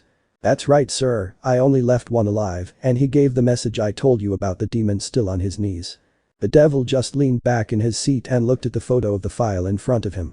Kaneko Taoju Shirin. Age? 21. Race? Nekomata Yaokai. How did it end up like this? The red-haired boy wondered as he looked out of his window. What is Musama going to do? The demon asked. Fight fire with fire, he said, and the demon looked at him strangely. But his head clicked.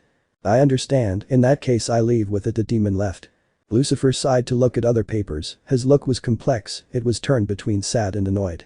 We will resort to her, he said to nothing. The moon illuminated the beautiful city of France, which was observed by a white hair. This was one of the last places you visited, he said to nowhere. She had done horrible things, but she did not regret it, she had shed the blood of thousands of supernatural beings, but she did not regret her actions. "I miss you so much, my love," she said sadly, remembering all the happy days she spent by his side, how he had helped her accept herself. Then she felt a familiar scent, her eyes became aggressive, her ears and tail sprouted, she looked behind her ready for a fight. "Long time no see, Shirin," said the black-haired woman, looking at her seriously. "If you only come to talk, get out, you stray cat," said the white-haired woman, annoyed. "I've come to stop you," said the black-haired girl. "Are you going to stop me?" she said somewhat humorously, and then started laughing. Hiroka just looked at her seriously. "I expected it from your bastard lover, but not from you, look at you saying such nonsense," he said, still laughing. "Shirin, what happened to you?" her older sister asked, hoping she would at least answer her. "What happened to me?" he asked, stopping laughing as his gaze darkened. "You and the crawling bitches took my world from me. Maybe you don't care because you're a damn alley cat, you buck the first guy you see, but not me," the white-haired girl shouted angrily, making the black-haired girl look angry. "Do you think I haven't suffered?" she asked her older sister. "You have not suffered, you have your bastard dragon with you, and you are pregnant, or do you think I have not smelled the bastard inside you?" The white-haired girl was getting upset. "Every day and night I curse myself," Issei she could N''T finish because her sister Ella was much faster and appeared in front of her, and with her claws, she slammed the brunette against the roof of the house, destroying it in the process. "You are not worthy of saying his name to Ella," he said in a dead voice, while Kuroka only got upset for her son to Ella. Shirin, the black-haired girl, barely managed to say, but her sister was bringing her claws closer to the black-haired girl's belly. "If I can't be happy." "No. Shirin. Please no," the black-haired girl was scared, her sister was not going to stop. So Yukineko's hand had already reached her belly. "Shirin, I beg you." The black-haired girl only begged for him to stop. "No way," was the last thing he said as he dug his claws into her belly. "Ayarg." Returning to the red-haired man's office, he was focused on what he had planned, he had to stop the white-haired man as quickly as possible, and no matter the cost, until he was interrupted by the sound of a door. The red-haired boy looked at the door. "You must be desperate to call me," said a mature and hexy voice. "You're right about that," said the Mu, looking at the woman in front of him. "So, who do I have to hunt?" the voice asked. The red-haired man just gave her the folder, and it was taken to be read by the present. "Haneko," she just said that. "Do you accept the job?" "Ravel Phoenix. Have I ever denied you any interesting work?" "Ravel Phoenix, a sister's sorrow.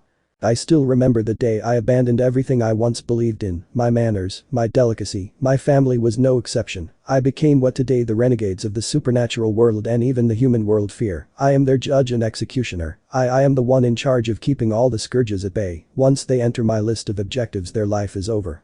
Surely they must believe that my actions are to try to find clues about Haidu Issei, ask for his forgiveness and look for a future at his side, but unfortunately I gave up a long time ago. I lost my chance to be by his side. I preferred a human to him. I betrayed the noble and kind heart of Issei-sama. It's time to pay the price. I prefer that he lives happily wherever he is. I know that something inside me is still alive and tells me that, but until he returns, I will make sure to protect the peace that I fight so hard for, no matter who my target is." It was a new day. I felt the ray of the sun bothering me to wake me up. I moved a little, but I felt an arm on me. I sighed to sit up in bed. My blonde hair reached the small of my back. I stretched a little, so that my joints would warm up a little to be able to get up. I went to take a shower without first seeing the man in the bed. The man was a yaokai known for his businesses that always have legal benefits, but behind all that there was also a dark business behind it. The man had kidnapped human women and sold them like cattle to various officials of the supernatural world.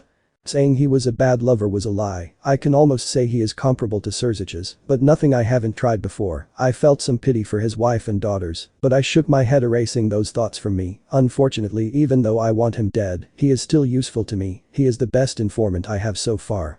I learned to use my body to get what I wanted. I wasn't greedy with what I could get. I always looked for something other than Hex, but when the man had made it clear that the only way to do business with her was a good negotiation and sheets, then I had no choice. Perfect view. When I woke up was the voice that took me out of my thoughts. There he was, smiling as he looked at my naked body. I could see how his member was beginning to grow. I already had what I wanted, and I didn't need to have an intimate moment again. "It's a pity our business is already over," I said to turn around and move my hips, mortifying him. "What a pity, and what did I want to tell you about the Haidu that was found?" were the words that came out of his mouth. I quickly straightened up to look at him with a surprised face, and he had a cheeky smile. "What did you say?" My voice was somewhat harsh, demanding his answer from him, to see how he sat down and opened his feet, revealing his erection with a smile. "You already know our deal. I needed to know from that Haidu if Issei-sama was alive."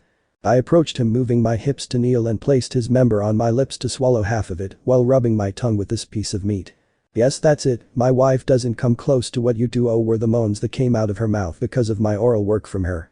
I kept drooling this member in my mouth while I felt him take my head to deepen my blowjob. Without struggling in something I was already used to, I immersed his member in my throat while my tongue coiled like a snake around what invaded my throat. It is certainly a pleasure doing business with you, Ravel, said the yokai as he slapped me and left the room while I was finishing getting dressed. So Laska, Serziches didn't tell me any of this. I spoke to no one in particular while frowning. I wanted to go and complain to him for not informing me of this, but I needed to eliminate my target. I approached the nightstand in the room where the envelope with all of Kaneko's revealed and hidden attacks was. That included the most recent. Her sister Kuroka was found alive, but according to the information, she had lost a baby inside her. Not only that her womb was already incapable of procreating, that means that Kaneko is the only Nekomata with the ability to prevent that race from being driven to extinction. According to the leader Yusaka, she wants her alive to prevent extinction. But if she becomes uncontrollable, there was no option but to say goodbye to that race. We were both already adults, and she behaved like a teenager who does not want to leave her toxic relationship. She does not accept that it was also her fault. She does not accept that following her sister in her decisions was her choice. Nobody forced her, but she victorious in such a way that for her everyone was her enemy. Everyone was against her finding happiness. I looked at Kaneko's photograph with contempt and disgust. If she loved Issei-sama so much, she would protect what he wanted, a life in peace. He wanted a life in peace to be with us. It was our fault. Nobody forced us to do QL Kosa. There was certainly nothing left of what was once my friend, and there was nothing left of the delicate Ravel Phoenix either. Kaneko Taoju, get ready, because you are now my target. The woman can be seen carrying a white-haired baby as she looked out at the peaceful day. Her home was beautiful. She had a smile on her face when she heard a voice behind her. Mom, how is Shirin? She asked a little girl with black hair and a long tail and her ears moving animatedly. Kuroka is asleep, do you want to carry her? The woman asked. Kuroka felt nervous, but agreed for her mother to give her sister Ella in her arms. Kuroka looked at the girl's face. Ella to smile. Ella, she's beautiful, Mom, she looks like an angel with her white hair. Her mother laughed lightly as she stroked Kuroka's head with a smile on her face. Kuroka, this world is very cruel. Promise me that you will always be with your sister. Only by being together will you be able to advance in this world. The little black-haired girl looked at her father, to feel and look at her sister. Did you hear, Shirin? We must never fight. We must always be united, you and me against the world, little sister. Beep beep. In the hospital bed was a sleeping Kuroka. Several devices were connected to her, while the man next to her looked at her with pain and sadness. I still don't understand why she was pregnant, a dragon spoke in Vali's head. Me neither. Maybe he thought he could reason with her. He thought that the pain and love they both shared for the same man would help her. Vali answered, looking at Kuroka. The dragon did not respond. But her sister gave up on the sanity she had. She spoke to her companion. It was a stupid idea. It was the same pain and love that turned her into a renegade. The only one who could perhaps make her see reason was the cause of those feelings. The dragon spoke. I do T expect you to understand Albion, but she had to try. It was her duty as a sister of Ella to try to rescue her from herself. The silver-haired man looked at Kuroka sadly. You're right, I don't understand. It is a responsibility that a brother has when he sees his younger brother. They come closer when their brother cries, trying to calm them down, being accomplices in mischief, his confidant in his mistakes, his support in failures. Whenever you have a brother, you can look back and know that he is with you, Lucifer spoke. And the Polo brothers also throw tantrums, wanting what their brothers have. They do everything possible to have it, only to see how they end up snatching something that made their brothers happy. But when they want to give it back, their brother is no longer there, was Albion's thought as he watched his bearer's gestures. And you, Vali, had to be the tantrum-laden brother who snatched something from his older brother, and when you wanted to give it back, he was no longer there for you. The fairy tale. On a cold night, snow was falling in Paso Tane, Italy, on a building where there were about 5 three-seater sofas filled with children around a campfire, which kept them warm that night. The children held cups of chocolate in their hands as they sat there, not trying to make any mess or throw the chocolate away. After all, today was a special day. Do you think Mom will take long? The little girl with pigtails spoke while looking at her classmates. I don't think so, she is always punctual on these types of nights, and Sister Grissy said that she had already confirmed her return to Italy. The girl with black hair down to her back spoke while the boy next to her with a cup of chocolate and a somewhat crazy blonde hairstyle spoke. Mom is always very punctual, she has never let us down with story night, and Galahad didn't break anything this week. Hey. The red-haired boy shouted angrily, holding his cup of chocolate, while the salmon-haired girl spoke calmly. It's true, Mom said she would give you a gift tonight if you were careful, and you were her, she said, looking at her cup of chocolate with a smile and blowing on it, wanting to cool the contents a little. We're back.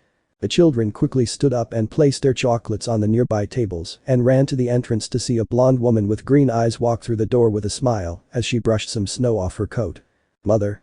The children ran to hug the woman on her hip. Brasa, it's my turn to hug Mom, get out of the way. No. Ugly boy, you've hugged Mom a lot, it's my turn. Selfish witch, you hugged her first last time and you voted for me, it's my turn. The woman watched with tenderness as the little ones tried hard to hug her. She wanted to spread her angel wings to hug her little ones, but they were not yet old enough to know that after all, they are children and children like to show off. Now my children, Mom will give you all a hug. But that said, the mother began to hug each of her children and kiss them on the forehead. Some began to brag that they got one kiss before the other, while others just smiled at having their mother there with them. Mom, it's story time.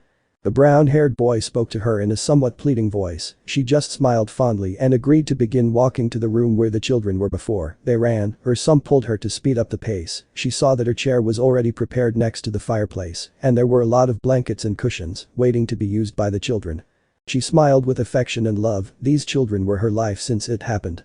Okay kids, make yourselves comfortable. The children ran to arrange the blankets on the floor with a respective cushion near their mother and the fireplace, and everyone went back to have their cup of chocolate. Are they ready? Yes mommy, we are ready. She smiled a little and began to think. Today's story will be a little different from the others. The children instantly objected. But we want to keep hearing from the Crimson Hero. Yes mom. Is there no other story with him? The mother just smiled and shook her head, all the adventures had been told. But it can't end like this, Mom. Last time, the hero had to face death to get his heart back. You didn't finish telling us if he got it back or if one of the princesses from the distant kingdoms came to his rescue. His mother had a somewhat sad smile. How could I tell them that there was no longer a story to tell? If mommy keeps telling that part of the story. She didn't know what to do, but using her great imagination and a little bit of lies, she began the story. The hero was against a wall. Apparently death had become stronger than the last time he faced it. He felt his body numb, his hands began to tremble, and his knees began to fail. There was no way out or escape for the final hero battle. The children tense a little. The great Crimson Hero was their idol. He was supposed to always win, but this time he was losing. This time you won't be able to beat me, Crimson Hero, I growled death at the cornered hero. The children paid more attention. Their mother's stories always generated that feeling, epic battles, funny scenes, explicit details. They were not like the stories of simple princes facing dragons to save princesses. This hero faced demons being a human, he faced gods being part dragon, he faced death, he faced beings of unimaginable power. Always accompanied by the princesses of distant kingdoms, also with his friends. Maybe you're right, maybe I can't beat you this time, death, but I won't lose to you either, the hero spoke with great determination. The children came closer and reddened a little, wanting to hear this story more closely. Then the hero gathered all his power into his dragon slayer sword, as the dragon power within him warned him of his decision. I circa and apostrophe T assure you that you will win the match, but at least you will recover half of your heart. The children began to fear for their hero. Without hesitation he launched himself with his shining sword colliding with the scythe of death. The impact was so great that the hero's heart was split in half. One part fell into the hands of the hero, and the other was lost in the confines of darkness. No. The children were horrified, their hero had failed. The hero could not return home without his heart. The princesses, not having their faithful companion, began to separate and distance themselves. It is said that some princesses continue to search for the other part of the heart to take it to the hero. The mother seemed to have finished the story, but the blonde boy quickly stood up. Mom, it can't end like this, what happened to the hero? The mother smiled calmly and moved for him to be quiet. The child understood that the story was not over yet and sat down again. The hero, unable to find his way home without his whole heart, began to wander the world until he disappeared one day. Many say that he continues to wander the world, hoping to find someone to help him find his heart, but that is a story for another day. The children were about to object, but they heard some bells ringing. It was the clock in the hallway. At 10 o'clock at night, the children knew they could no longer listen to the story and began to crawl into their blankets while their mother came to kiss their foreheads. Mommy, is there an ending to the story? The little blonde boy asked his mother about him. She caressed the little boy's face to deny it. There are no more stories of the Crimson Hero's son. So when I grow up I will help the hero find his missing heart. He spoke with determination and she smiled to kiss his forehead. Just remember to take your siblings with you. She got up and went to the entrance of the room to watch her children sleep. Maybe you all can find the heart that I failed and gave up on finding. Without further ado, she turned off the lights in the room, leaving only the fire in the fireplace burning. The mother began to go up to her room. When she entered, she just fell on her bed. It was cold and soft. Unconsciously, I look at the piece of furniture next to her bed, the photo of the world's greatest hero next to it. It's been a long time since that day, Issei-san. The woman reached out her hand to the photo and caressed it, smiling. She was really happy with her children and her home. She really didn't consider it necessary for Issei to be necessary at this point. She was already happy. She may not have given birth to any children, but she was certainly the happiest mother in the world. She placed the photo on the nightstand to smile. My children have grown up listening to your stories. They have played at being you. In a year I will tell them the truth about their origins. She looked at the sky darkened by the storm. After all, they are your children too. Ginryu no haha. I feel blessed. Dad, look, I'm really strong, don't you think? The boy caught the attention of his father, who seemed distracted. He carried a rock with which his father used to train. It did not cost him as much as he expected. Yes, you are really strong, but put that rock down before. The father could not finish the sentence because immediately the euphoric scream of a woman was heard. Put that on the set floor immediately. The woman's commanding tone made the boy nod and put down the rock instantly. The mother was elated to see the state of her son, who felt harassed by his mother's treatment of her. Belina, don't worry, nothing happened to her. The woman quickly turned to look at the man. He had tears in his eyes and a frown. That's fine, but why don't you show concern for your son? Monotonous, she did not show remorse even in a scolding. It was a strange thing. With his best friend he could show some expressions, but with them all that went away to take on a cold expression. Damn, he had faked a smile with them for so long that he had forgotten what it felt like to have one, which was why he sometimes forgot that he had his serious look on her face. I couldn't love them, I couldn't appreciate them, much less could I love them. The shouting, the retorts and the scoldings in his home were his discretion. Always due to his lack of paternal or even emotional instinct. They tried to leave him, that was clear. How could they put up with a man who never looked at them except coldly, who showed no affection to them or their children? But despite being gone for weeks or months, he always came back to show why they fell in love with him. A hero of noble character and cold heart. Wolves, disease, and ice droughts were commonplace. But since their arrival many had disappeared. Their presence released an interesting warmth for the town's inhabitants. He could stand in front of a lake and it would start to melt and the water would become warm. Their presence meant that few predators came close. Many times some wolf pups tried to attack the children of the town. They only had to stand in front of them and they ran away. The oldest and most warriors could feel that enormous thirst for blood and murderous instinct. 3 dragons and a ship. A dragon as black as night, a red dragon with a golden snout and a third dragon with jade eyes. He helped this village without even asking for anything. His power and essence made this refugee village an easier place to live. He helped the young people in their training. He visited the older ones and helped them with whatever they needed. When it was time to hunt he couldn't go because his great presence scared everything away before reaching any objective. That's why he came up with a plan to make the hunt better. He approached a group of animals while a group of hunters positioned themselves around them.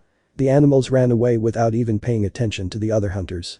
The dry seasons were snowy with great storms and winds. Sometimes they destroyed houses. He was always roaming around town shouting if anyone needed anything. The village could not believe that nothing could knock down or even move the man. Sometimes they asked him for extra supplies, other times he gave them shelter in his house due to the destruction of another. Their women were fed up with this toxic and vicious circle. He was always going around showing his qualities except at home. Despite always having a calm and peaceful smile, she was cold. With her children it was also quite icy and cold. They no longer knew which deity to pray to or even what to ask for. If you can unfreeze his heart or stop loving him. But returning to the current topic, the man just sighed, stroked his son's head and left. The woman was furious, but she felt her son's hand on hers. What's wrong, Seth? She asked him, putting on her best face. Mom, don't you think you were a little rude? The mother looked at her son and shook her head. Said, you are 12 years old, you don't have the time to do dangerous things like carrying this rock. The boy sighed. Mom, Dad also took the rock from me the first time I lifted it. He was surprised by my strength and won't let me carry it without him being present. The mother opened her eyes. Had they already carried the rock before? Then she looked down. She had yelled at him as if he were an irresponsible father. The woman just looked down, kissed her son on her forehead, and entered the house. Then she began to remember everything she had experienced with her husband. Flashback. She ran while praying that her legs would give her enough strength. She had had a fight with her hunting companions, and she took another path. Anger and pride caused her to get lost. She was currently running, the storm obstructing her senses, and she was being chased by a pack of wolves. Normally this type of animals would not even be an obstacle. But she herself did not feel capable of dealing with them at the moment. The storm was getting worse, and her vision of her was becoming obstructed as the cold began to chill her bones. Adding to all this the fact that her mind was completely in chaos due to her marital problems. She fell in love with her husband, but he was always cold. Damn, it didn't cost him a hug or a few simple words from time to time. But now there was a chance that she might not even be able to see that expressionless face. She stumbled because her feet couldn't take it anymore. She fell into the snow, then she heard the roars of the wolves. Roar. She tried to stand up while her claws DeEloa appeared in her hands. Her race DeEloa would never die without a fight, but what motivated her was to get out alive to return home with him and her 2-year-old son DeEloa. The wolves began to surround her. They camouflaged themselves in the snow, making it difficult for her to see them completely. Roar. The wolf lunged to bite her face, and she dug her claws into her throat. It is more than obvious that the others did not wait and pounced on her. She began to spin with her claws, but then a wolf managed to bite her ankle. She stopped because of the pain caused by the bite, then the wolves jumped on her. She covered herself forming an X with her arms. But the wolves never arrived. She opened her eyes and saw them paralyzed. They began to back away. This called the woman's curiosity for obvious reasons. Were they shaking with fear? They ran out almost after finishing their thoughts. She was going to touch her wound, but a voice gave her a big scare. Don't touch her, she'll get infected. Kia. With a huge cry of fright she looked behind her to find her husband. Issei, what are you doing here? The man, without answering, carried her like a princess and began to walk. She got upset. My charm. No. Issei, Haidu, put me down now. No. She tried to kick, but immediately felt the pain, so she stopped. Stop moving so much, you'll hurt yourself more than you already are. He spoke in that monotonous tone of voice. She just crossed her arms and looked away. You haven't answered me what you're doing here. The boy was quick to respond. I came to look for you. I took Set to the hunting group so we could spend the day together, but your group told me that you separated and that you had not returned yet. That surprised the woman, who looked at him with a sparkle in her eyes while a blush appeared on her face. Fool. She just said to read on her husband's chest to notice the lack of cold. It was true, she was no longer cold. She just smiled to close her eyes. And she looked down, back to the same thing again. She didn't know how her husband always managed to do this, making her look like the bad guy in the story. At one point she swore she saw the coldest and most unexpressive man, only to turn around and see that it was her who didn't accept him for who he was. It was her desire to see the mask that made her fall in love. Her children also did not know their father's laughter, but they loved him and had special moments with him. Did you fight with him again? The woman's question caught her attention. She looked at her. It was Shira Haidu, the fourth wife Haidu, who was next to her 10-year-old daughter. She could only nod as Shira signaled her daughter to leave them alone. Are you the bad guy again? Shira knew well what to ask and where to hit. And? Shira just smiled a little and gave him a hug. Yin, I know what it feels like, but despite being a little unexpressive, he takes care of us and protects us in his own way, and he has already shown us this many times. Yin just nodded his head before sighing. I still can't accept it, I guess. You'll have to make dinner today, so maybe he'll talk to you. Shira spoke to him with a little sympathy. It seems so. Feeling the cold and desolate ground was the worst sensation when waking up. Hey? The little boy who opened his eyes was wild. Before closing his eyes he was at home with his brothers. They drank chocolate by the campfire while his mother told them a story about the Crimson Hero, but now he was in this forest. He hugged himself out of fear while hugging the necklace his mother gave him when he turned 5. It was a somewhat wide and long fang. His mother told him it was from a dragon, but no one believed her. They said it might have been from an animal or even a fake fang, but never from a dragon, but he always firmly believed it was from a dragon. Brewer. A small roar came from behind the boy. He clung even tighter to the collar. He was very afraid to turn around, then he heard footsteps approaching. Thump. Thump. Thump. The footsteps stopped right behind his back. The boy was shaking as he cried. He couldn't even scream out of fear. Then he saw a large dark blue tail surround him. With all the courage he could regain, he began to look up, finding a blue dragon. The boy trembled in place, but the dragon licked him all over the face. Hey? The boy wiped his face, seeing that the dragon did not seem to want to hurt him. He reached out his hand to touch it, but when he touched it. Ah! He woke up suddenly while looking around. His brothers were still sleeping. Then he looked at the fire in the fireplace. He began to take a breath with some urgency to look at his left hand. These are the scales. I sat in front of my computer with the intention of writing a chapter to describe what happened with Riaz and Kunio, but this mess came out. I think I need help. By the way, the full name of Issei's wife is Jinryu. If you translate the name you might know why said is the firstborn. Without further ado, here I leave you a waifu. Shin Crimson Dragon. Why did they do this to me? I loved them more than I ever loved anyone. What did I do wrong? Where did I fail? Buddy. That voice, of course it was Drake, my best friend, my only support at the moment. It was the only thing I had. Without opening my eyes or even opening my mouth to speak, I let him know that I heard him. If you continue like this, you will die. I opened my eyes just a little. I looked at the ceiling of my room. Die.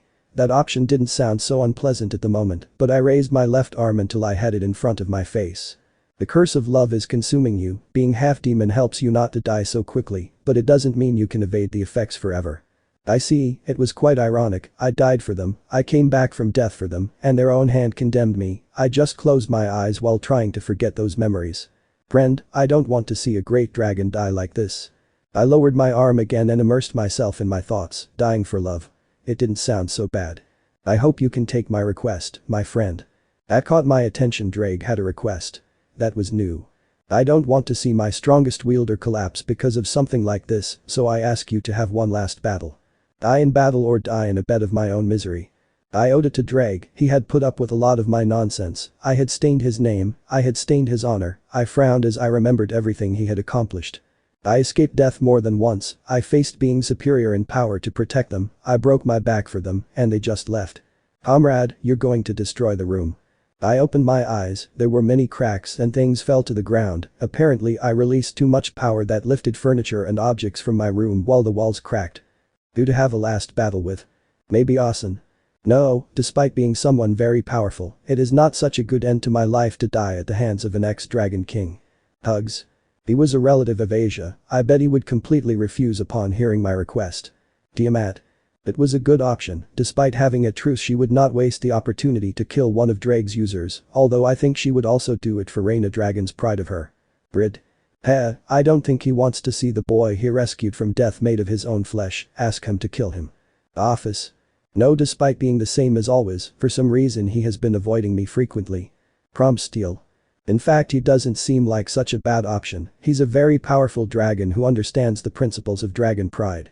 So in options I have Tiamat and Crom Cruch. Drake, who do we choose? There is the dragon of karma and the dragon of the growing circle. Tiamat and Crom Cruch. There was a somewhat long silence. It seemed that Drake was really thinking about the fight. Let's face the black dragon. I just sighed a little. I guess I would run away from Tiamat until the end. I stood up to look at my appearance in the nearby mirror and broken by my power a few moments ago. My hair had already grown, I had dark circles under my eyes, and I had some beard and mustache that I hadn't shaved. For some reason Zenobia always came to shave my face. She said she found it fun to do so. I guess I was so focused on forgetting her that I didn't pay attention to how I looked. I just wanted to be presentable at my last meeting. I went to take a shower. Feeling the water on my body brought back so many memories. Well, I cried again. Why was no one able to love me? Was it because I'm a pervert who likes breasts? Why am I so prudent when it comes to showing genuine love and affection? Why? Just tell me. When I realized it, I was already on my knees on the shower floor, my fists bleeding from how hard I clenched them and my nails digging in. Trying to forget all those images, I stood up again to wash as quickly as possible. When I left the bathroom, I looked for the best thing I had. I didn't want to wear a suit, but I at least wanted to wear something special. Then I looked at a trench coat with a black hat with red lines. It's true, I already remembered that one of the many fans I had given it to me as a gift. I took it while underneath I had a red shirt, somewhat formal black pants and black shoes.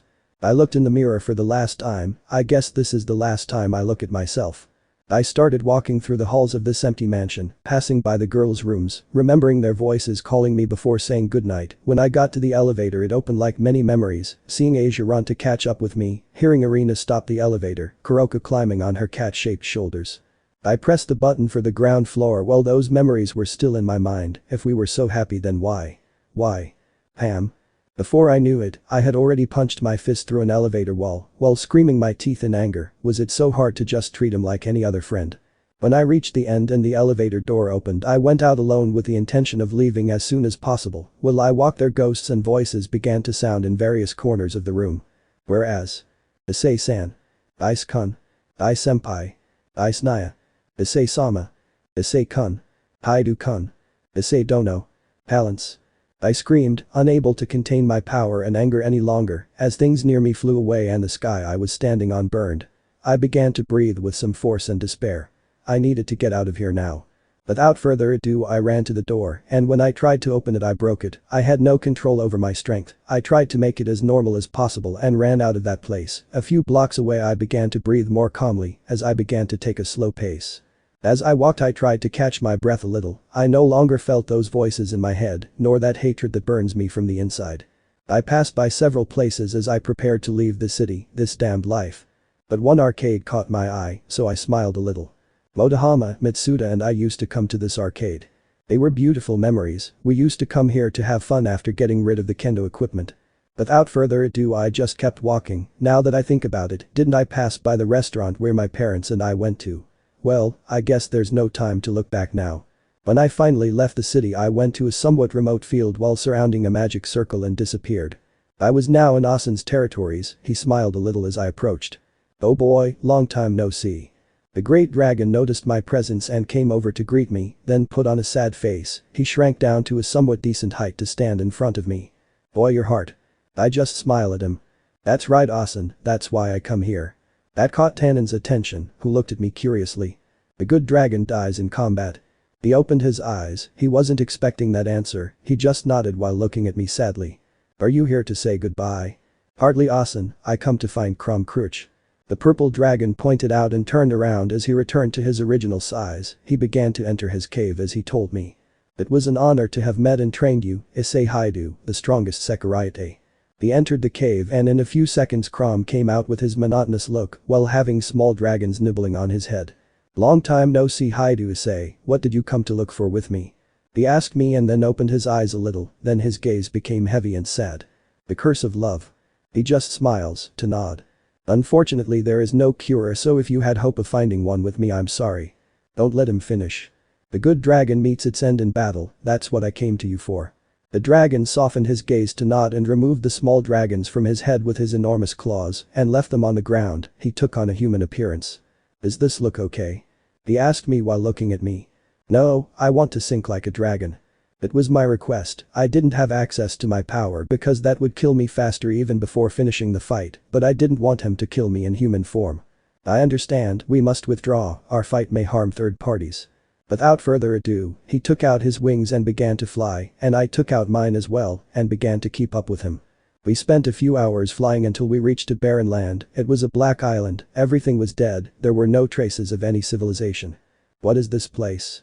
I asked looking around. Well, Crom didn't say anything, he just kept his back to me. It was my home a long time ago. That answer took me by surprise, I must admit, but why did it bring me here? Nobody knows about it, but I also went through that curse. That took me even more by surprise. The black dragon had fallen in love. It was so long ago that I barely remember his face. A human village also lived here. The dragons and humans who inhabited this island got along well with each other. I could imagine what happened. But one day a dragon lost control in his jealousy of him, and the curse annihilated everything that moved. He expected to die to face his punishment of him, but for some reason he survived, becoming the strongest evil dragon. I see, so you weren't an evil dragon before, then would I become one too? So that evil dragon is you, isn't it? Crom didn't answer me. I think his answer is obvious. Are you bringing me here to believe that I can be saved? Crom denied. No, I really still don't understand why I lived that day. I brought you here because great dragons, great friends and companions died here. If there is a place that should witness your last battle, it is here, and now that you know this about me, you might as well die. Crom spoke to me as he took his dragon form from him. Companion, no matter the end, you were my best carrier and my best friend. Drake spoke to me while looking at my gauntlet. One last time, Drake.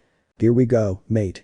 I raised my gauntlet into the air as I felt the torrent of flames envelop me and the armor cover me. Balance break. Let your last battle begin, Haidu Issei. I hate them, how I hate them. They played with my heart. They played with everything that I am. I hate them. Brewer. The roar of pain could be heard in that no man's land.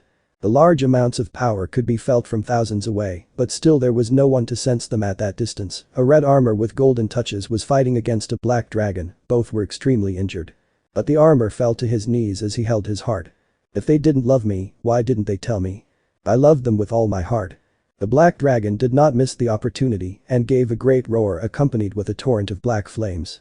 The armor did not move, it remained kneeling, but looked at the torrent of fire that was approaching from the front. Death was near. Farewell, my friend. The voice called out to the bearer in a voice of pride and sadness. I gave everything for you and you gave me nothing. Not your time, not your friendship, not your love. Something was born inside the heart of that fragile boy, intense flames thirsty for blood. The boy felt the flames hit his body as the armor was destroyed, he felt his body burn, he felt his flesh burning. But despite that he refused to scream in pain and agony. My dream was to have a harem where you were included, where I could make you all happy. But that's over now. I hate them. Inside the boy, black claws grabbed the crimson pawns and the king inside him. They began to squeeze them, while cracks appeared in them. Everything that tied him to them was about to be torn apart. The boy looked at death once again, for some reason he always saw her with that black cape and the huge scythe behind her, a scythe made of bones, while it had some grooves on almost the entire handle, blood-red roses and covered with thorns. The black blade with a shiny edge, the black cloak was normally ragged and loose, but this time it was different, a cloak was seen a little more aligned and more attached to a non-existent figure. She extended her hand to Issei, but stopped halfway. She stretched out her index finger, while moving it from side to side diagonally. I want to see them burn, see them suffer you. The desire dead. All of you. And I want to take care of it. Crack. The pieces were destroyed, giving a feeling to those who were once linked. Ingvald Leviathan. Asia Silver. Broswius. Bravel Phoenix. Irina Shidu. Zenobia. Ilmenhold Karnstein. Ovatanen. Makeup Gremory. They felt a huge pang. Riaz stopped feeling Issei's pawns, and Issei's entourage stopped feeling their pieces as if they had died. And in reaction they came out of his body, leaving their pieces on the ground grey and cracked.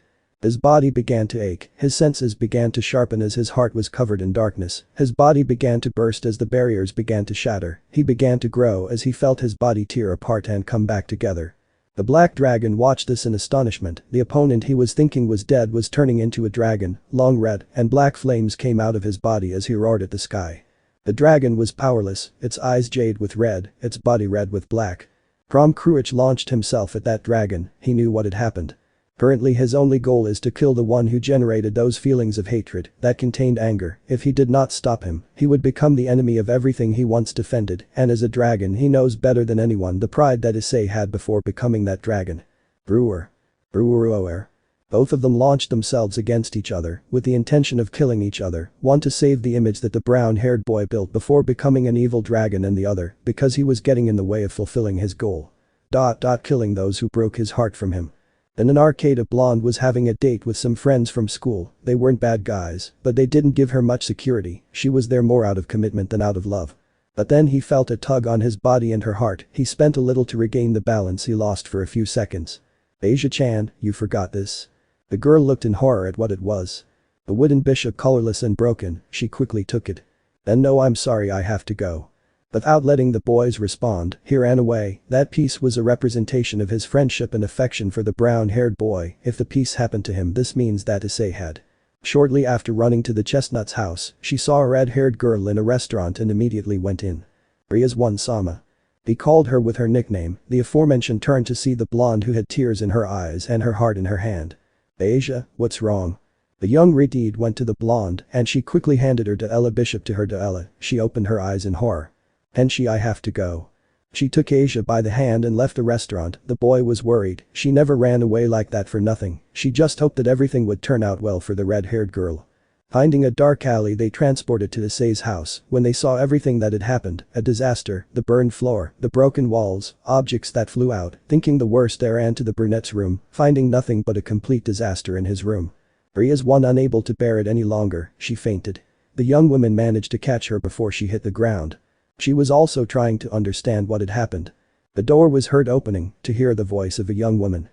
Zenobia had thrown down the broken door of the house and began to run up the stairs to get to Issei's room, but there she saw her companions there. She knew that her fears were beginning to come true. The silver-haired girl was in her 100-yen store, she was running the business with her grandmother, but then she felt a tug on her soul and heart, she dropped some things she was carrying in her hands, looking for something to hold on to, in order to catch her breath and balance. Ross, are you okay? Her grandmother approached her, holding out a hand, which she took and sat down on a nearby bench. Ross, are you pregnant? Ella's silver hair turned red as she denied, but then her eyes saw a tower on the ground, she ran to pick it up, the piece was dead. Ross, isn't that Haidu's piece? Roswius felt her body tremble, this would only happen if Issei died. Without wasting any more time she invoked a magic circle and disappeared through it. The vampire was tasting blood from a cup to throw it away and spit it out. It's the worst blood, greasy and tastes horrible, why is no blood as good as his?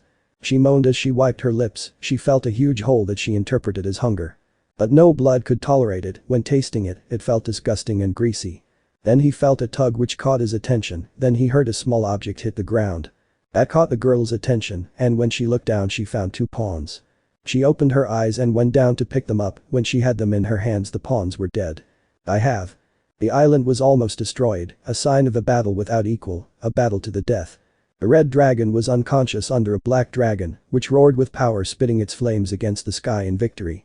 Despite such a strong and ruthless battle, it could not even knock down the strongest evil dragon. The dragon fell unconscious after proclaiming his victory. Years later. It was well known for some years that Issei Haidu died of a heart disease. The leaders could not maintain the farce for long, however, Vali Lucifer did everything possible to maintain that peace and that alliance. But now many things began to happen, a new organization began to form from the shadows, Euclid Lucifuge was rescued, and he began to build an army from the shadows. Ria's Gremory, currently the Gremory matriarch, was married to Vali Lucifer. It was a forced engagement, due to the death of her ex-fiancé she refused to marry, but due to the importance of the old engagement, she had to do it to establish a stronger alliance. It is well known by many in the supernatural world how unhappy Rias is alongside Lucifer, even Lucifer himself was unhappy, due to the death of his rival, he had to take many things to maintain peace and alliances. Zeus tried to take Ingvild Leviathan as his wife from him. It was clear that the demonic council and leaders were looking for something to free Ingvild from that commitment, but El Hakuryuko personally defended the young woman, declaring that she was his fiancée. Zeus reluctantly had to back down. The alliance was made with one of the daughters of Aphrodite with Razor Phoenix. Despite not being a recognized couple, the alliance existed. Ravel Phoenix was engaged to be married to a young yokai. It was curious that phoenixes were more likely to have children, but she had not given birth to a single child. Hiroka Hellcat is missing. Vesuvius is currently married to Vider. Although the brown-haired boy had broken off the engagement years ago, he offered her protection from the council when they tried to pair her with a dwarf to create an alliance. Ilmenhild Carntane was taking refuge with the vampires. Her De'ella best friend De'ella had taken up an iron fist in protecting Ilmenhild. She and her De'ella husband De'ella Gasper had become great protectors of her De'ella and her De'ella lands De'ella. Shirin Hellcat remains under the protection of Lady Gremory and the Hakuryuku. Asia Argento was under Michael's protection from Ella and returned to her home from Ella, where she plans to die as a nun. Her faith saved her from falling into madness caused by her own fault. Irina Shidu was also in heaven. Michael was in charge of protecting her from any desire of others who wanted to form alliances with them. Zenobia Corda was not so lucky, being a great swordswoman she was Arthur Pendragon's second wife, although Arthur was married to her more in order to prevent someone from raping her. The angel Gabriel fell, her wings were dyed black by her pain and sadness, she did not commit any sin, nor did she attempt against her life, she only cried for the loss of the chestnut, and her pain darkened her wings. Isaka is currently an advisor to her daughter Ella, she ascended to the throne without a partner, but it is clear the number of suitors who arrive at her door almost daily. The Haidu Issei. He never left that island, from that moment on it became his home. Prom Cruich beat him up a lot, and as long as he didn't learn to control his hatred for girls, he wouldn't be able to leave that island. Although 1 or 2 years ago I learned not only to control it, but also to ignore it, I never left that island. His partner was still with him, although now he was devising new ways to use his power, because he lost the pieces he no longer had the possibility of ever using those movements, especially being an evil dragon. Prom Cruich told him that he had to show some respect now that he was an evil dragon, so he did. He fought several dragons under the name of Zeldris, he won many battles, even Fafnir came to challenge him, currently the dragons consider him the second strongest evil dragon. Issei had refused to use his power against Crom, yes they had intense fights, but they never took it to the extreme like in the early days of Issei Dragon. Currently Issei was sleeping, but the presence of his only friend companion Master Rival arrived, that woke up the dragon who came out of the cave to talk to him, but when Crom landed he didn't let him speak. There is someone who wants to talk to both of you. That caught the brown-haired boy's attention, he just nodded and a magic circle appeared, from there Euclid came out, along with Kuroka Hellcat. The dragon felt that enormous hatred grew and desired the blood of that woman, but he was able to ignore it without much effort, he looked at Euclid. Nice to finally meet you dragon mortal Zeldris. The man spoke with a smile as he looked at him up and down. Now tell us what you want, Lucifuge. The platinum-haired man just smiled a little more to nod. Well, I come to offer you to join me. That caught Issei's attention, joined Kiplov. I'm looking for a new beginning. I realized that what Lucifer was after wasn't the best, it wasn't just taking something by force, there will always be someone who will try to recover what once was. Both evil dragons watched this intently. In exchange for joining I can give you anything, it will be a new beginning where the evil dragons will be above the common dragons, where the evil dragons will no longer be the plague of dragon society. Prom Cruich growled at that name as did Issei. Besides strong enemies to face, what do they say? Issei noticed the senjutsu that Kuroka was preparing in case of a refusal. The red dragon looked at the black one. I can't speak for Crom, but those battles and giving me whatever I want interesting sounds. The red dragon spoke in a deep voice while showing its sharp teeth. In that case you have the support of the two strongest dragons. Crom spoke, and that brought a smile to Euclid's face, a disturbing smile. Perfect, I'll get in touch Kuroka, it's time to go. She just nodded and a magic circle appeared beneath both of them transporting them. The red dragon signaled for him to follow, and he began to fly with the black dragon following him until they were side by side. Are you really planning to destroy all of Larva? Not at all, but we can't just say no, I need to infiltrate by stealing special information. Despite everything, you're still that boy. The red dragon denied. Euclid can give me what I want as long as he helps me, instead of just getting recognition from the faction I get things from Euclid until we betray him. The black dragon agreed, he was quite clever. So, how do you go about giving information to the faction?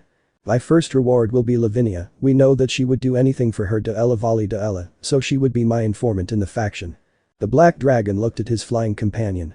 But I need more, I bet there are traitors in the council, so if Lavinia knows everything they will start to suspect, I need more. The black dragon nodded as they reached solid ground. Which is why I need her first. She? Comrade, you know you can always count on me, but please don't count on her. Red larva, do you know who he is referring to?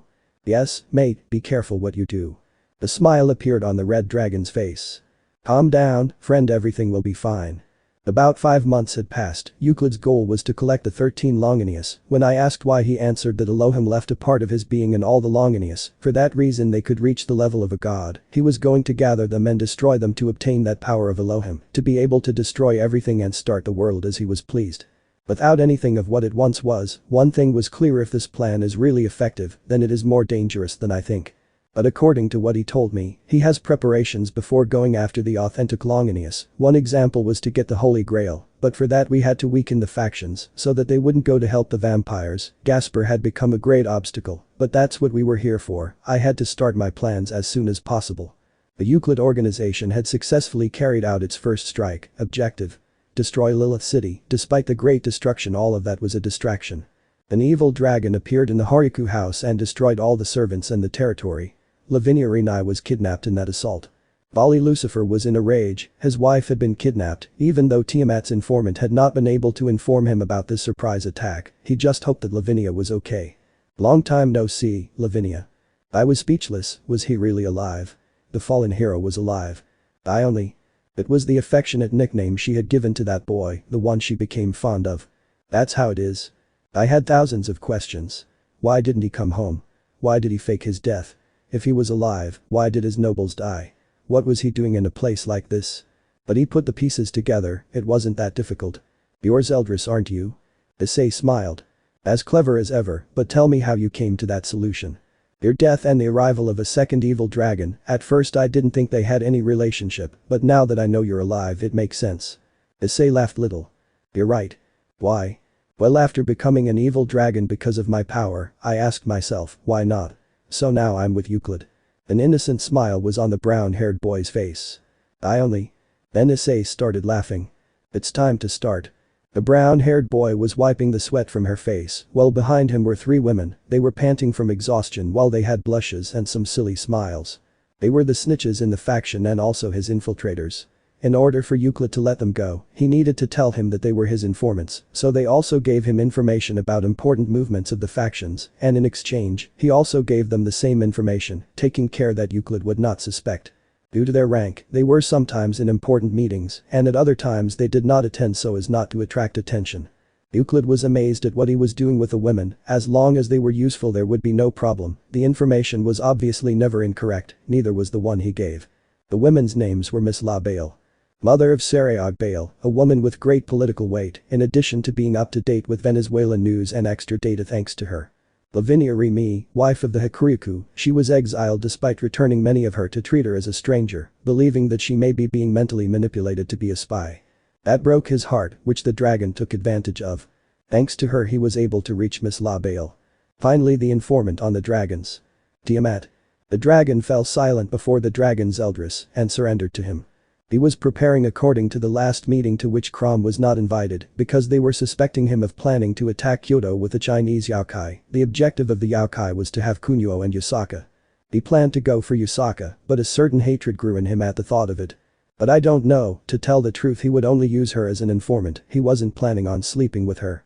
Zelkun he began to feel kisses on his back and looked over his shoulder to find Tiamat. Zeldrisama this time he felt a pair of hands slide down his hip of him to his member of him, it was Miss La's voice of him. Zeldris-kun this time I heard Lavinia's voice of Ella as she stood in front of the boy and knelt down to direct her mouth of Ella to his crotch of Ella. I had to be honest, this didn't turn out the way I expected. Let me go, damn it. You will pay for this. Brrrr. Euclid gave her the task of making them her informants as well, but she really wanted to beat him up right now when he told her that he had a task that he was special at. She didn't expect this. The woman with long braided brown hair, her crown made of tree branches with a moon in the middle, her white dress with brown leather parts. Sagebrush. The purple-haired woman who looked like a young adult, plus the outfit she usually wore made her recognizable to everyone. Inventor. Finally a woman with blonde hair, white skin and a golden crown on her head, her dress was long as if it were a wedding dress. Hera. They were the women who were with chains and seals in front of Zeldris, who was a little restless, perhaps he could reason with Penemu, but he couldn't be sure of anything about the other two. Besides the fact that the imbecile Euclid did not count on Artemis's oath of virginity, if she lost it, she would lose some of her domains. Also, Hera was the goddess of marriage, so she could not simply go against her domain without suffering punishment. What could I do? Let me go immediately. Being aggressive or passive, revealing their identity or keeping it hidden until they were sure they wouldn't ruin their plans, it was a very strong doubt. If you allow me to give my opinion. That was the voice in his partner's head. Sure, do you have an idea? You've never used your pheromones, you release them when you have hex, but why don't you try to subdue them with that? But the issue of Hera and Artemis remains pending. Hera is the goddess of marriage, a marriage that has been cheated on a million times. This goddess is already so far from her domain that being unfaithful, I don't think will drive her further away, and with Artemis, you don't use your imagination, it's not necessary to penetrate her to bring her to an orgasm. The brown-haired boy sighed, he really hoped it would work. If he succeeded Euclid would lower his guard even more with him, then he could betray him as soon as possible. Zeldris-kun. Euclid's voice caught the attention of the evil dragon in human form, who looked at him. I have a mission for you. Zeldris sighed and then grew a little. If it's another time you give me more women to turn them into my informants, then forget about it, last time I had a hard time dealing with Freya and Brunhild. The man laughed a little to deny it, then changed his expression from him to a serious one, which made Zeldris pay attention to his words from him.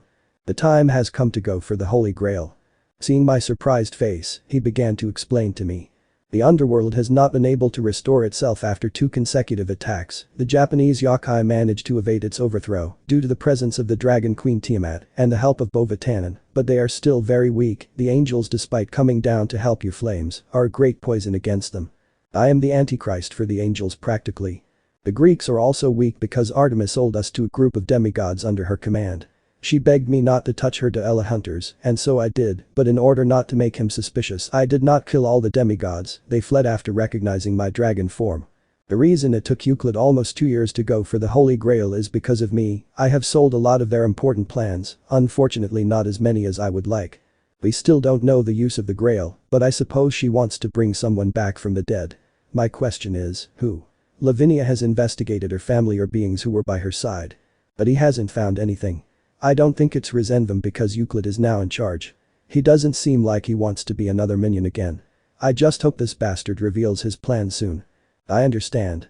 When will it be? The incestuous one smiled at me. In 2 hours, but I have another request for you. What the hell are you planning? I just agreed. I want you to sabotage the plans to go for the Holy Grail. That amazed me. What the hell are you doing? Or have I already gone completely crazy? You see, Zeldris-kun, my plan doesn't need an undead, but our sorceress joined me for the Holy Grail. That surprised me. Kuroka wants to bring someone back from the dead. It seems you don't know who she wants to bring. Don't worry, I can tell that you don't care about anything that isn't in your plans or ambitions. That's why I like you. She wants to bring the man to whom she promised a family. It seems that the guilt of sleeping with Lucifer's grandson is killing her inside. Do you want to bring me back from the dead? It benefits me greatly if you don't get the Holy Grail, but he plans to bring the security, and I can't let that happen, Zeldris. I agreed to look at him doubtfully. So what will you do to make him continue obeying your orders? He took me by the shoulder with a smile. She has been reporting our movements from her to the factions. When she finds out, I want you to take charge, do whatever you please with her. I agreed as he started walking with his back to me. I just sighed. I had to face Gasper. Mate, are you sure about this? Greg spoke to me as he watched the attack begin. The vampires were annihilated. I gave an emergency notice to Tiamat along with Hera, both notified their factions and sent an emergency notice to Valerie. She was able to evacuate her civilians to a safe place. Currently only the warriors were fighting. No, for the first time I'm doubting myself. Then I saw the demons freeze. Gasper was here. You damn despicable sanguine, how dare you enter the lands of a king? Gasper Vladi, formerly a boy who dressed like a girl, was a grown man with a demanding look and power. Then I spread my wings and flew until I was above the battlefield. Being in that position, I released an enormous torrent of fire into the sky, and from the sky crimson and black fire meteorites began to rain down. Cataclysm. Paralysis perfect. My meteorite stopped moving. Then I looked at my opponent who was using his wings in front of me. He had great anger, well, his eyes had a blood color in them. If you mess with my home, it's a death sentence. I remember they said there was a sissy defending this place. Is that you? I am a man, a real man. Gasper released his great power. I just smiled to myself. I would have loved to train you, Gasper. You have become a great man, even better than me. So let's see who is superior. Breast vampire, you've earned it. It was my comment, leaving the unconscious Gasper as the meteor shower was once again on the move, destroying parts of the city. The demons were on the move again while I alone continued on my way to the castle. With any luck, Valerie would have escaped. The city had been reduced to rubble, the warriors killed. After all, no trace of Vali was found. When the demons tried to return to kill Gasper, his body was gone. I sighed as I told the platoon under my command to retreat. When my magic circle opened in the room, I found Euclid upset, along with the other leaders. Kha'Zix Beowulf, leader of the Chinese Yaokai. Indra, the Hindu god. Ares, the Greek god of war. Prom Cruach and I. When I appeared, I looked at everyone with annoyance. Can someone tell me what the hell happened? My tone was annoyed, as if I knew nothing about the subject.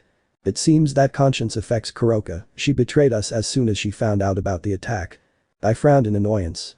Does that mean he betrayed us? Yes, if I had known, I would have asked you to bring the girl. My eyes traveled to Crom Cruach. He had a serious look and shook his head slightly. So what happens now? Lucifuge looked at us to say. We will hide until we can do something against the facts. Everyone, including me. Without further ado, Lucifuge began to melt until he became a piece of clay. It's good that you didn't try to kill him, mate. I quietly nodded as we all made our way out. It had been almost a year since we had been cultivated. Crom and I were enemies of the factions. We were currently inhabiting no man's land. He was in one part of the island and I was in the other. It is clear that the girls did not stop coming. Well, Tiamat did move with me. What were Miss Law, Lavinia, Artemis, Hera, Penemu, Brunhild, Freya and Aphrodite came to visit whenever they could. For the first time after so long, I didn't want them to live this way, coming secretly against everything just to be with me for at least one day. I tried to relax until I felt presences approaching. Many, there were almost thousands. Tiamat. The sleeping dragon next to me began to open her eyes. What's happening? Presences are approaching of all the races we know. She was alarmed and straightened up to look at me in horror. So you're going too? As I could tell him not to worry, I just shook my head. Go away, Tiamat, please go. I begged her as I walked out of the cave, not wanting to put her at risk. Then I felt Crom approaching. What are you going to do? I didn't really know, maybe to stall the factions and give Crom time to escape. Go away, Crom Cruach. I began to fly somewhat high, and in no time I was already surrounded by many members of the factions. Evil dragon Zeldris. It was Vali's scream. He looked at me angrily. You are sentenced by the Alliance to be imprisoned in Tartarus along with your leader and your ilk. Did they capture Euclid? Then why didn't they inform me about this? Then I saw Fafnir flying near the island, and Tiamat came out of the cave and flew in his direction. No, not again. Tiamat took human form and so did Fafnir. Both of them embraced each other with love. Again. My eyes traveled to Artemis, who was standing behind her brother Apollo. Zeus was furious and upset, and behind him was his wife Hera. Sareog had his Regulus Nemea on while having a dark look. I see in the end everything remains the same. He ha ha ha ha ha. Everyone saw the black dragon laughing maniacally, but Vali had a bad feeling. I give up, I'm fed up with this world and its people. Oh crazy mate, don't worry, you will always have my respect and I will make sure that my next bearer knows about you. Tears began to fill my eyes as I took on a human form while continuing to laugh maniacally. Boost. I am possible. My figure changed to my old self, I had a manic smile as I looked at everyone. Nobody said anything, they were in complete shock, nobody could believe what they were seeing. Only Crom and Lavinia knew that secret, but now everyone was speechless, the feared evil dragon's eldress was high to Issei. Dragon won last fight. It was my whisper. Let's kill these unfortunate comrade. Let's leave Haidu Issei's name marked in history. My body began to release the power of the security as armor began to cover me. There aren't always happy endings, right? It's time to explain the mess, this is a one-shot of what would have happened if Issei became an evil dragon. If you want another one-shot, tell me what universes you want to see developed in a single chapter. Shin Crimson Dragon. I've been through a lot in my life, failed crushes, heartbreaks. But you were undoubtedly the best thing that happened to me in my life, Issei. Despite even becoming a being ruled by hatred, you protect this alliance with your heart and soul, despite the pain of rejection, you continue to fight for us. When you told me your plan to help the factions, it took me by surprise. When I came back and they treated me like a possible infiltrator, it broke my heart. You even offered to stop helping me so as not to harm me further. But I wanted to protect my life, the life with Virginia Kun, a life that was ultimately broken. When I realized this, it didn't hurt as much as I expected, because I had you filled every space in my heart with your serious and brave attitude, and despite everything, you always tried to keep the losses to a minimum. Even though I saw that you had more women in your heart, I was always special. We were currently walking to a meeting of the factions, it's been a while since I've been asked for a meeting, that makes me happy so I can finally inform you something. Vinia, are you okay? Virginia Kun asked me, still looking at me with that serious face. Yes, I'm fine. He just agreed while Riaz kept her eyes closed walking next to Vali, she had long since become silent. When we arrived at the meeting place, everyone was waiting for us. I made a confused face when I saw Artemis, Hera, Brunhild, Penemu and Freya in the room. They never came to this kind of things, so a feeling of fear began to rise in my heart, she was warning me about something, but what? Then the leaders and members looked at each other again. Well, with the white here we can start. Azazel spoke as everyone agreed. Well, as you know, we managed to capture Euclid thanks to Kuroka, it was decided not to make the same mistake again, and he was sentenced to death. That surprised me, but no one else in the room seemed surprised. Did Issei know about this? Everyone approved and images of Issei in his Zeldris form alongside Crom Cruich appeared in front of us. I don't like this. Well, the meeting is for the following. In a few minutes we will begin the hunt for the two evil dragons Zeldris and Crom Cruich. We have an infiltrator next to the dragon Zeldris. Infiltrated? The only one next to him is oh no. Divide. I felt the strength in my body leave as I took a step back, then Riaz placed anti-magic handcuffs and nullifiers on me. Then my gaze moved to the girls, they had a serious look and looked away. Lavinia and I, for your actions you deserve execution, but the hacker Yuko interceded for you, so you will have house arrest for 3 years in an anti-magic room wearing these bracelets. Serziches snapped his fingers, and Grafia approached with a chest which when opened had 2 bracelets with blue gems. It was designed by Azazel and Vali, this will not let you use magic ever again. I started to move trying to avoid them by putting them on me, I had to go tell him. Issei is out there and he's about to be hunted like an animal, I don't want him to break in this horrible world, Issei please help me.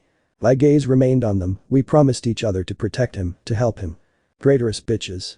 My mouth opened, not holding back my hatred. They didn't say anything, they just closed their eyes. They vowed everything you've done to keep them safe, you damn people deserve death. It was my cry of anger as I felt myself being pulled by the back as I was taken out of the room. Issei, forgive me, I failed. Arg.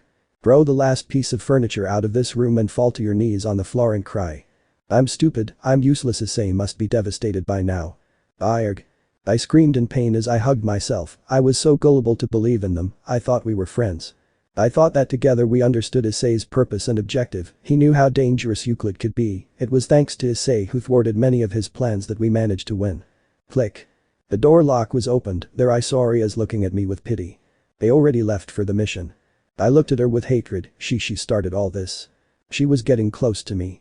Look, I don't know Zeldris by any means, but I remember that you gave me some words when I was first engaged to Vali. Sometimes the best thing we can have from the man of our hearts is the memory, but that only applies when we've already lost him. She spoke in a defeated tone as she sat next to me. I wanted so much to strangle her right now, but she was right. I had told her those words when they had just found out about Issei's death of her. How much do you love him? That question surprised me. More than I ever loved Vali. Riaz nodded and approached me to remove my bracelets. I looked at her confused. If I had the option to sink next to the man I love, I would take it. I lost Issei, but if one day he came back, I would not hesitate to leave everything for him. I just looked at her and left the room, but a crack opened in front of me. The red-haired girl stayed in the room staring into space and smiled. Like cute eyes, you would definitely do the same thing I did now, she smiles fondly, taking a bracelet with her name on it. Now all I have left of you is this, and it is the most valuable thing I have. He whispered to stand up and leave the room. No one could say anything, everyone was in shock. The leaders had told them that they came to execute the Security's murderer, so many rose up to avenge the hero who gave them the opportunity to live a life with those they love, but it turned out to be the Security. Hi do Issei. Bali Lucifer came to kill the bastard who had killed his best friend. He quickly looked at Serziches, who was also surprised. No one from the biblical faction moved. The fact that he was Issei Haidu changed things completely. The leaders had lied about the reason for the mission, so that all the allied factions would join, but the fact that their hero was the one they came to kill changed the terms a lot. But there must always be an impudent person who borders on imbecile and unleashes chaos for the least desired reasons. It doesn't matter that you are the Security. You will pay for messing with my wife. Zeus launched his blade at the Security. His wife Ella was in shock as tears came out of her eyes. She had a cold expression, but all that collapsed when she saw who the black dragon really was. At that moment many demigods launched themselves, accompanied by Apollo and Zeus. The black armor with crimson only stretched out his hand, and Drake's cry was heard. Out of the way, Obsidian Abstract. Black lightning bolts came out of Issei's hand, so that upon impact the demigods were roasted to death by the impact. Even Apollo upon receiving the impact could not resist and was sent flying. Brother. Artemis caught her brother watching as Issei annihilated the demigods and forced Zeus to retreat. Hera was watching everything still, while holding her heart. She had fallen into another trap set by her husband, but this time Olympus collaborated with him. They had shown her scenes where he confessed how he planned to use her and Artemis, and then kill them as he had done with the Security. She believed him, as did Artemis and Aphrodite. But he could see Zeldris's face of her. It hurts him to see her by her husband's side of her. He had tears before putting on his armor. He had broken the heart of his beloved black dragon. Issei had annihilated a large part of demigods to be intercepted by Zeus in the form of lightning. He stopped him almost on impact. Zeus took his human form in an attempt to subdue Issei, but Drake's voice spoke again. You disgust us, you bucking god of shit. Then Zeus began to convulse, his joints began to break, and blood began to come out of his eyes, ears, nose and mouth. Zeus did not understand what happened, but with each passing second, he felt his body hurt more, but then his brothers came to his rescue. The trident that passed by him was intended to pierce Issei. It did not even move from his place and stopped. It was his tail that stopped the trident and returned it to its owner with triple the strength and speed. Then the first death occurred. The Greeks saw the death of one of their own. One would think that their trident would never harm him, but Issei supplied it with his magic and power. Just by touching it, it had become a deadly weapon against his master in a matter of seconds. Boost. Howl at impact. A huge sphere of sky blue power almost touching white went against Issei, who only extended a finger, and crimson and black flames came out of it, crossing the attack to head towards the one who launched it. Divide, divide, divide, divide. The attack did not lose as much power as he expected, so he had to dodge it, which impacted on the ocean. At that moment all the factions launched themselves, not with the objective of killing him, but of subduing him. The order was different. It was to capture Issei Haidu for a trial. No one hesitated any longer, and they launched themselves against the one who was once their pillar, their defender, their hero. But despite that, there were females who looked with crystal clear eyes. One of them quickly slapped Azazel. You lied to me. She had crystal clear eyes as she had a hateful expression, tears dripping from her eyes as she clenched her teeth tightly. NMUI. She hit him again. She felt betrayed, hurt. Azazel was not only her leader, but also her best friend, and he did not hesitate to kill Issei to turn her against Zeldris. You knew I loved him, and yet even so tears continued to appear in her eyes as she hit Azazel's chest. That explosion caught the attention of those who were still in shock. The fighting continued and the leaders moved again. Buddy. Within an endless void our protagonist was floating. He had already abandoned almost all of his body. What moved his being currently was Drake and the power of Office's infinity. His being and consciousness as such are disappearing in this small fragment of power that Office granted him to bring him to life. He had already let himself be carried away by infinity, by that great black abyss. But he was watched by his inseparable friend. He had told him that it was okay to let himself go. He didn't want to continue tying him to this shitty life that others condemned him to live, but he didn't want to let him sink too much into that power. If he ended up losing himself in that huge infinite abyss, his body would explode, despite being made of greed red flesh. The brown-haired boy's will fulfill his dreams, and the need for power to protect what matters gave him a balance between both opposing parts. He was only in charge of shaping such power, so that he could use it. But if Issei got lost in that abyss, it was over, and Drake wanted to take as many warriors as possible, once and for all, leaving behind the fear of Tiamat. This time he would be in charge of ending his life. In case his partner finished burning before finishing her, he would curse her with the power of office. But for the moment he was just trying to prevent Issei from joining the infinite. Mate, don't give up yet, you still need to be here to get revenge for everything they've done to you. The brown-haired boy looked at his dragon companion and shook his head a little. What's the point of revenge, Drake? It doesn't matter if I kill them or not, I've already given up on this life. The brown-haired boy sank even further as he remembered the happy moments he had as Issei, Haidu and Zeldris. At the same time these were filled with disgust and hatred. The dragon just sighed. He had to hurry things up. At this rate he wouldn't be able to take anyone but those useless demigods and Poseidon. Issei's body, encouraged by infinity and directed by Drake, was killing left and right the angels, demons, yokai, demigods and valkyries who were coming for him. Please, Securite-sama, come too. Securite dono, you are not like that. We will free him from that darkness, Securite dono. Despite the massacre, they kept coming with the intention of saving their companion. Drake has seen it all throughout his life and that of his bears, but this was the first time he saw so many races united to save someone. Or are they cheating on him? The armor concentrated its magic, created sonic impacts in its heart, and killed many nearby beings, while the leaders planned a way to seriously injure Issei, at least to stop him. Zeus and Hades took their brother's trident and attached it to Zeus's lightning bolt, along with the steel of Hades's helm. The ultimate weapon of Olympus. Odin took his spear as he concentrated all his power on the next attack, while Thor threw his hammer into the distance, so that he began to gain centrifugal force, uniting two of the best attacks this time. The fury of Asgard. Xerxes, Michael and Azazel united their best attacks into one. This movement was created and used against the Vesha 666 Hexa, known as the Trial of the Union. Fafnir's wing Tiamat began to spin, surrounding themselves with power. Tiamat's heart ached from using this technique. Its name was Dragon Horn Spear. Issei had invented it in his Zeldris form. He made it for him and Tiamat to use on the battlefield, but Fafnir changed his name for the simple fact of being used by both Dragon Kings. The Dragon Law. And then everyone launched their attack. From Issei's back on his shoulders came out two cannons that pointed to the right and left properly. I won't allow it, infinite cannon. From both cannons came out purple energy with jade green. The left cannon matched the fury of Asgard, while the right was paired with the judgment of the Union. He extended his right hand, and from it came out an Ascalon surrounded by energy of infinity. This collided with the ultimate weapon of Olympus. While his left arm roared a furious drag, releasing a lot of power and closing his fist stamped against the Dragon Law.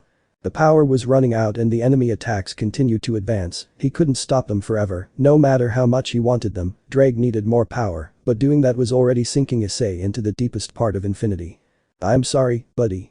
With nothing else to do, Drake gave up. The power began to go down as the attacks began to get dangerously close. The aura of infinity began to go down in the sword, and it began to fracture very slowly. Apparently it was trying hard for its bearer. The hilt of the armor also began to crack.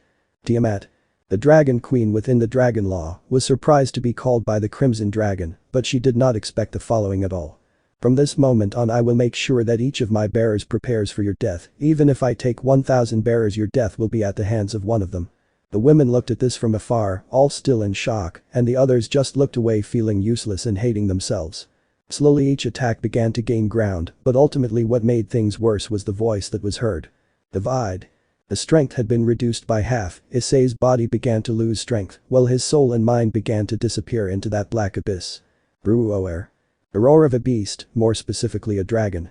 Humming down like a meteorite, using his third best technique, he charged at the Dragon Kings, nullifying the Dragon Law. Don't give up a fight without finishing it with honor. That voice caught the attention of the brown-haired boy, who opened his eyes in that endless void. Chrome steel. The black dragon buried the two kings inside the island with its claws, while its breath of black flames went directly against some of the allies. The dragon doesn't stop fighting until the end, or are you a coward? Issei Haidu looked again with his eyes to see his master and friend launch himself against Odin and Thor. Then he felt a chill inside his being. He looked to the right to find a dimensional crack, from which two black claws came out. Hades managed to dodge it, but Zeus. Erg. His body was crushed like an insect, and the claws returned into the gap, now without the pressure of the fury of Asgard or the dragon law, and without Zeus and Hades, who are focused on feeding power to the ultimate weapon of Olympus. Drake was able to direct more energy and power to the left cannon, destroying in the process the judgment of the Union, and Ascalon received more energy from Infinity to regenerate the fractures and split again into three, the weapon of Olympus. Issei. The voice caught the brown-haired boy's attention, and he received a strong hug from Lavinia Renai, who had tears in her eyes. Lavinia. Her voice was weak and faint, he could barely speak as his body stopped on that endless path. I will always stay by your side, Issei. It was his calm voice that spoke with love, then the DD's flesh began to speak to him. My dream is to live happily with someone who loves me.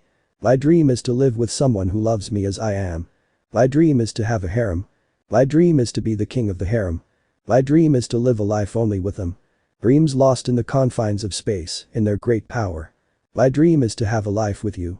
The red armor whispered to begin releasing a crimson flash, the flesh rose again with dreams and hopes, and the power retreated again, hoping to be used and needed. The balance in the chestnut's body was restored, and with it his power. You always surprise me. It was the voice of his inseparable companion, while Issei smiled to look at Lavinia, and the helmet disappeared. I also want to be by your side always, Lavinia. A smile declared it as his gauntlet screamed with great fervor. Break limit balance, break infinite dream. I expected nothing less from you, Issei. Your dream is 1 in a million, but you still dream it so intensely that it's impossible to ignore it. Two voices spoke behind Issei, but he just smiled without looking at who was speaking to him. Office Red. The Gothic lowly just floated beside him with a smile as the huge dragon positioned itself beside her. I hope you allow us to help you with this problem. Issei smiled even wider. Only if you let me be your puppy's godfather. The office blushed while the DD just let out a laugh. Roar. The black dragon flew up to be next to them. Well, we will fight against those you once defended. That was what the evil dragon spoke. As long as we are together we will achieve a lot. Lavinia spoke with a smile, Issei just smiled. Well, let's show who's better. Issei released his power, as did those who accompanied him. Final cannon. The strength had been reduced by half, Issei's body began to lose strength, while his soul and mind began to disappear into that black abyss. Bruoer. The roar of a beast, more specifically a dragon. Humming down like a meteorite using his third best technique, he charged at the Dragon Kings, nullifying the dragon law. Don't give up a fight without finishing it with honor. That voice caught the attention of the brown-haired boy, who opened his eyes in that endless void. Chrome steel. The black dragon buried the two kings inside the island with its claws, while its breath of black flames went directly against some of the allies. The dragon doesn't stop fighting until the end, or are you a coward? Issei Haidu looked again with his eyes to see his master and friend launch himself against Odin and Thor, then he felt a chill inside his being. He looked to the right to find a dimensional crack, from which two black claws came out. Hades managed to dodge it, but Zeus. Erg. His body was crushed like an insect, and the claws returned into the gap, now without the pressure of the fury of Asgard or the dragon law, and without Zeus and Hades, who are focused on feeding power to the ultimate weapon of Olympus. Drake was able to direct more energy and power to the left cannon, destroying in the process the judgment of the Union, and Ascalon did not have time to receive the energy of infinity. The great sword Ascalon, a faithful companion of Issei as well as Drake, broke. It is said that women, in addition to being smart and clever with their minds, sometimes resort to the same things as men. Instincts to protect what you love. Issei. Issei watched as in a matter of seconds Lavinia Renai was in front of him, being pierced by the ultimate weapon of Olympus. Issei's body of Ella hugged her as best he could, and his left arm of Ella took the weapon and crushed it until it broke in two. Issei felt that sensation again, but this time he was eager for an end. He felt anger. Lavinia. She stroked the chestnut's hoof. Don't worry about me, I'll always be there waiting for you, my love. He began to descend with the woman's body to the ground. The world watched this. The women who betrayed him felt guilty for the fate of their friend. Issei looked at the figure that was left without strength and lifeless. Her body wanted to scream for someone to save her, but he just watched her, every second. I love you, I am. But that his eyes lost the sparkle of life, the brown one also lost his life. My dream is to live happily with someone who loves me. My dream is to live with someone who loves me as I am. My dream is to have a harem. My dream is to be the king of the harem. My dream is to live a life only with them. He gritted his teeth in anger. My dream is to have a life with you, even if I have to kill everything that gets in my way. Once again the balance had been reached by unleashing a new power. Dreams do not come from dreams, but when a person has the power to achieve unimaginable things, then dreams become dangerous. I will bring you back to me. After so much he almost achieved it, he only needed a sacred gear. Hold on a little longer, Lavinia. Death could be breathed throughout the Lilith city, no one was alive to tell of such a massacre, all of this had been done for a purpose. Defend volley Lucifer. Ice Lavinia, I wouldn't want this. These were the last words of the last bearer of the vanishing dragon, Albion. The black-haired man dropped the lifeless body of volley Lucifer, while an artifact created by Azazel prevented Albion from escaping, he managed to take the sacred gear he was missing. Without further ado, he disappeared into a magic circle. In a room after so many years he had finally achieved it, he had gathered the 13 Longinus Issei, left them on the floor, while Excalibur was in the center of a large magic circle. He left his wings on the ground as he summoned his gauntlet. Ready, buddy. Always. Without further ado, he brought his boosted gear closer to the magic circle, and all the sacred gear began to float, while the sword began to release a wide aura. So this is what it feels like to be God. Now yes pros. Don't ask me for anything else. If you don't like it, it's because I don't know how to write battles, which is why I usually skip or avoid them. But my readers did not want a second part. This is why I had to pause the chapter where it explains what happened to the Gothic loli, Rias and Cunyo. But anyway. Give me a little star and tell me what you thought. In addition to the next one of Rias, Cunyo and Office. What other shin would you like to see done? Issei accepted by everyone. Vesuvius not being afraid in confession. What would have happened if Issei had gone with Tyamt instead of Crom? Without further ado, baby. Little extra. Why are you crying? Because I thought that by returning to what I am, I could have you by my side. You always had me by your side, my Issei. Tell me, my love, what good is it to be God if I can't have you by my side? Break mind. The wind blew softly and steadily, moving the branches of the cherry trees which dropped their pink petals like the lips of a delicate damsel. In the Yaokai Valley it was the most beautiful time of the year. The Heavenly Flower Festival. The sunset was beautiful, the orange color caressing the mountains, while the dark blue rises over the skies contrary to the day, the union of both states of day and night, the closest they will be. As it got darker, the stalls began to turn on their lights. The festival has begun in the mountains that almost touch the sky, a special flower was born, bright as the sun and joyous with colors. Legend said that the flower granted miracles and heartfelt wishes. Couples formed on this night were destined to be together for eternity, even if you are with a girlfriend and she is not the right one, your soulmate will be with you at that moment when the flower opens. Couples must look into each other's eyes, no matter how much you want to look at who you think is the right one, your eyes will only look at your destined love. Just one look was enough. In the distance a Kyubi watched the event with a warm smile, children running with their parents, couples holding hands, friends afraid to confess. She was happy with her life, or most of it. The man had left her with a huge void, not from love. As a father, she loved and respected him, he took it upon himself to guide and support her when no one else would do so. But he had died, her mother didn't smile as often as before, he tried to support her, but deeply down he was also upset. In the end I loved him. It was what he said at the end of his thoughts when he saw his mother, and it made him angry that she was guilty of his death. She cried inconsolably for weeks and even called her mother opportunistic bitch. She spent almost 2 years without speaking to her. Until he understood that of the few mistakes he had made in life he was paying for it. So Princess Cunyo was here. That voice caught the blonde's attention as she looked over her shoulder to find her faithful servant of her. Yes, how did you find me, Sesshomaru? The girl's voice was calm and melodious. It's very simple, my lady, I've been with you for a long time. She just laughed a little. Is something wrong, miss? The blonde just looked at the citizens who were laughing and dancing. I would just love for him to see what he achieved, they all have a calm life thanks to his efforts. The guard just smiled a little. I bet Haidu-sama would love to see you enjoy this piece that you see so much, miss. The Kyubi only turned to see him. The love, Sesshomaru. The guard turned red for a few seconds to smile at her. I love you too. Deep within the Yaokai forest was the Forbidden Garden, it held the most powerful tree nature could ever create, but she came here without fail every year, pain consuming her every time she remembered her face. This garden helped her cope with her own hatred and pain. The world suffered greatly, she was one of the most affected, but the world did not know it. To the world she didn't cry, to him she didn't lock herself in her room until she couldn't take it anymore, she was the leader of the Yaokai, according to her advisors. Someone who didn't have time to waste on a failed love affair. But the reality was completely different. She came to this garden to forget his face to Ella, his caresses to Ella, his scent to Ella, his eyes to Ella, his voice to Ella. Without this garden she would have torn her own throat out. But here it was before her. The tree of forgetfulness. Without further ado, she knelt before him and took one of his fries that were on the floor. Sayaka. It ranged in her head as tears began to run down her face, and without further ado, she brought her face closer to the fruit. Erasing everything I could of him. St. Luke's Tower.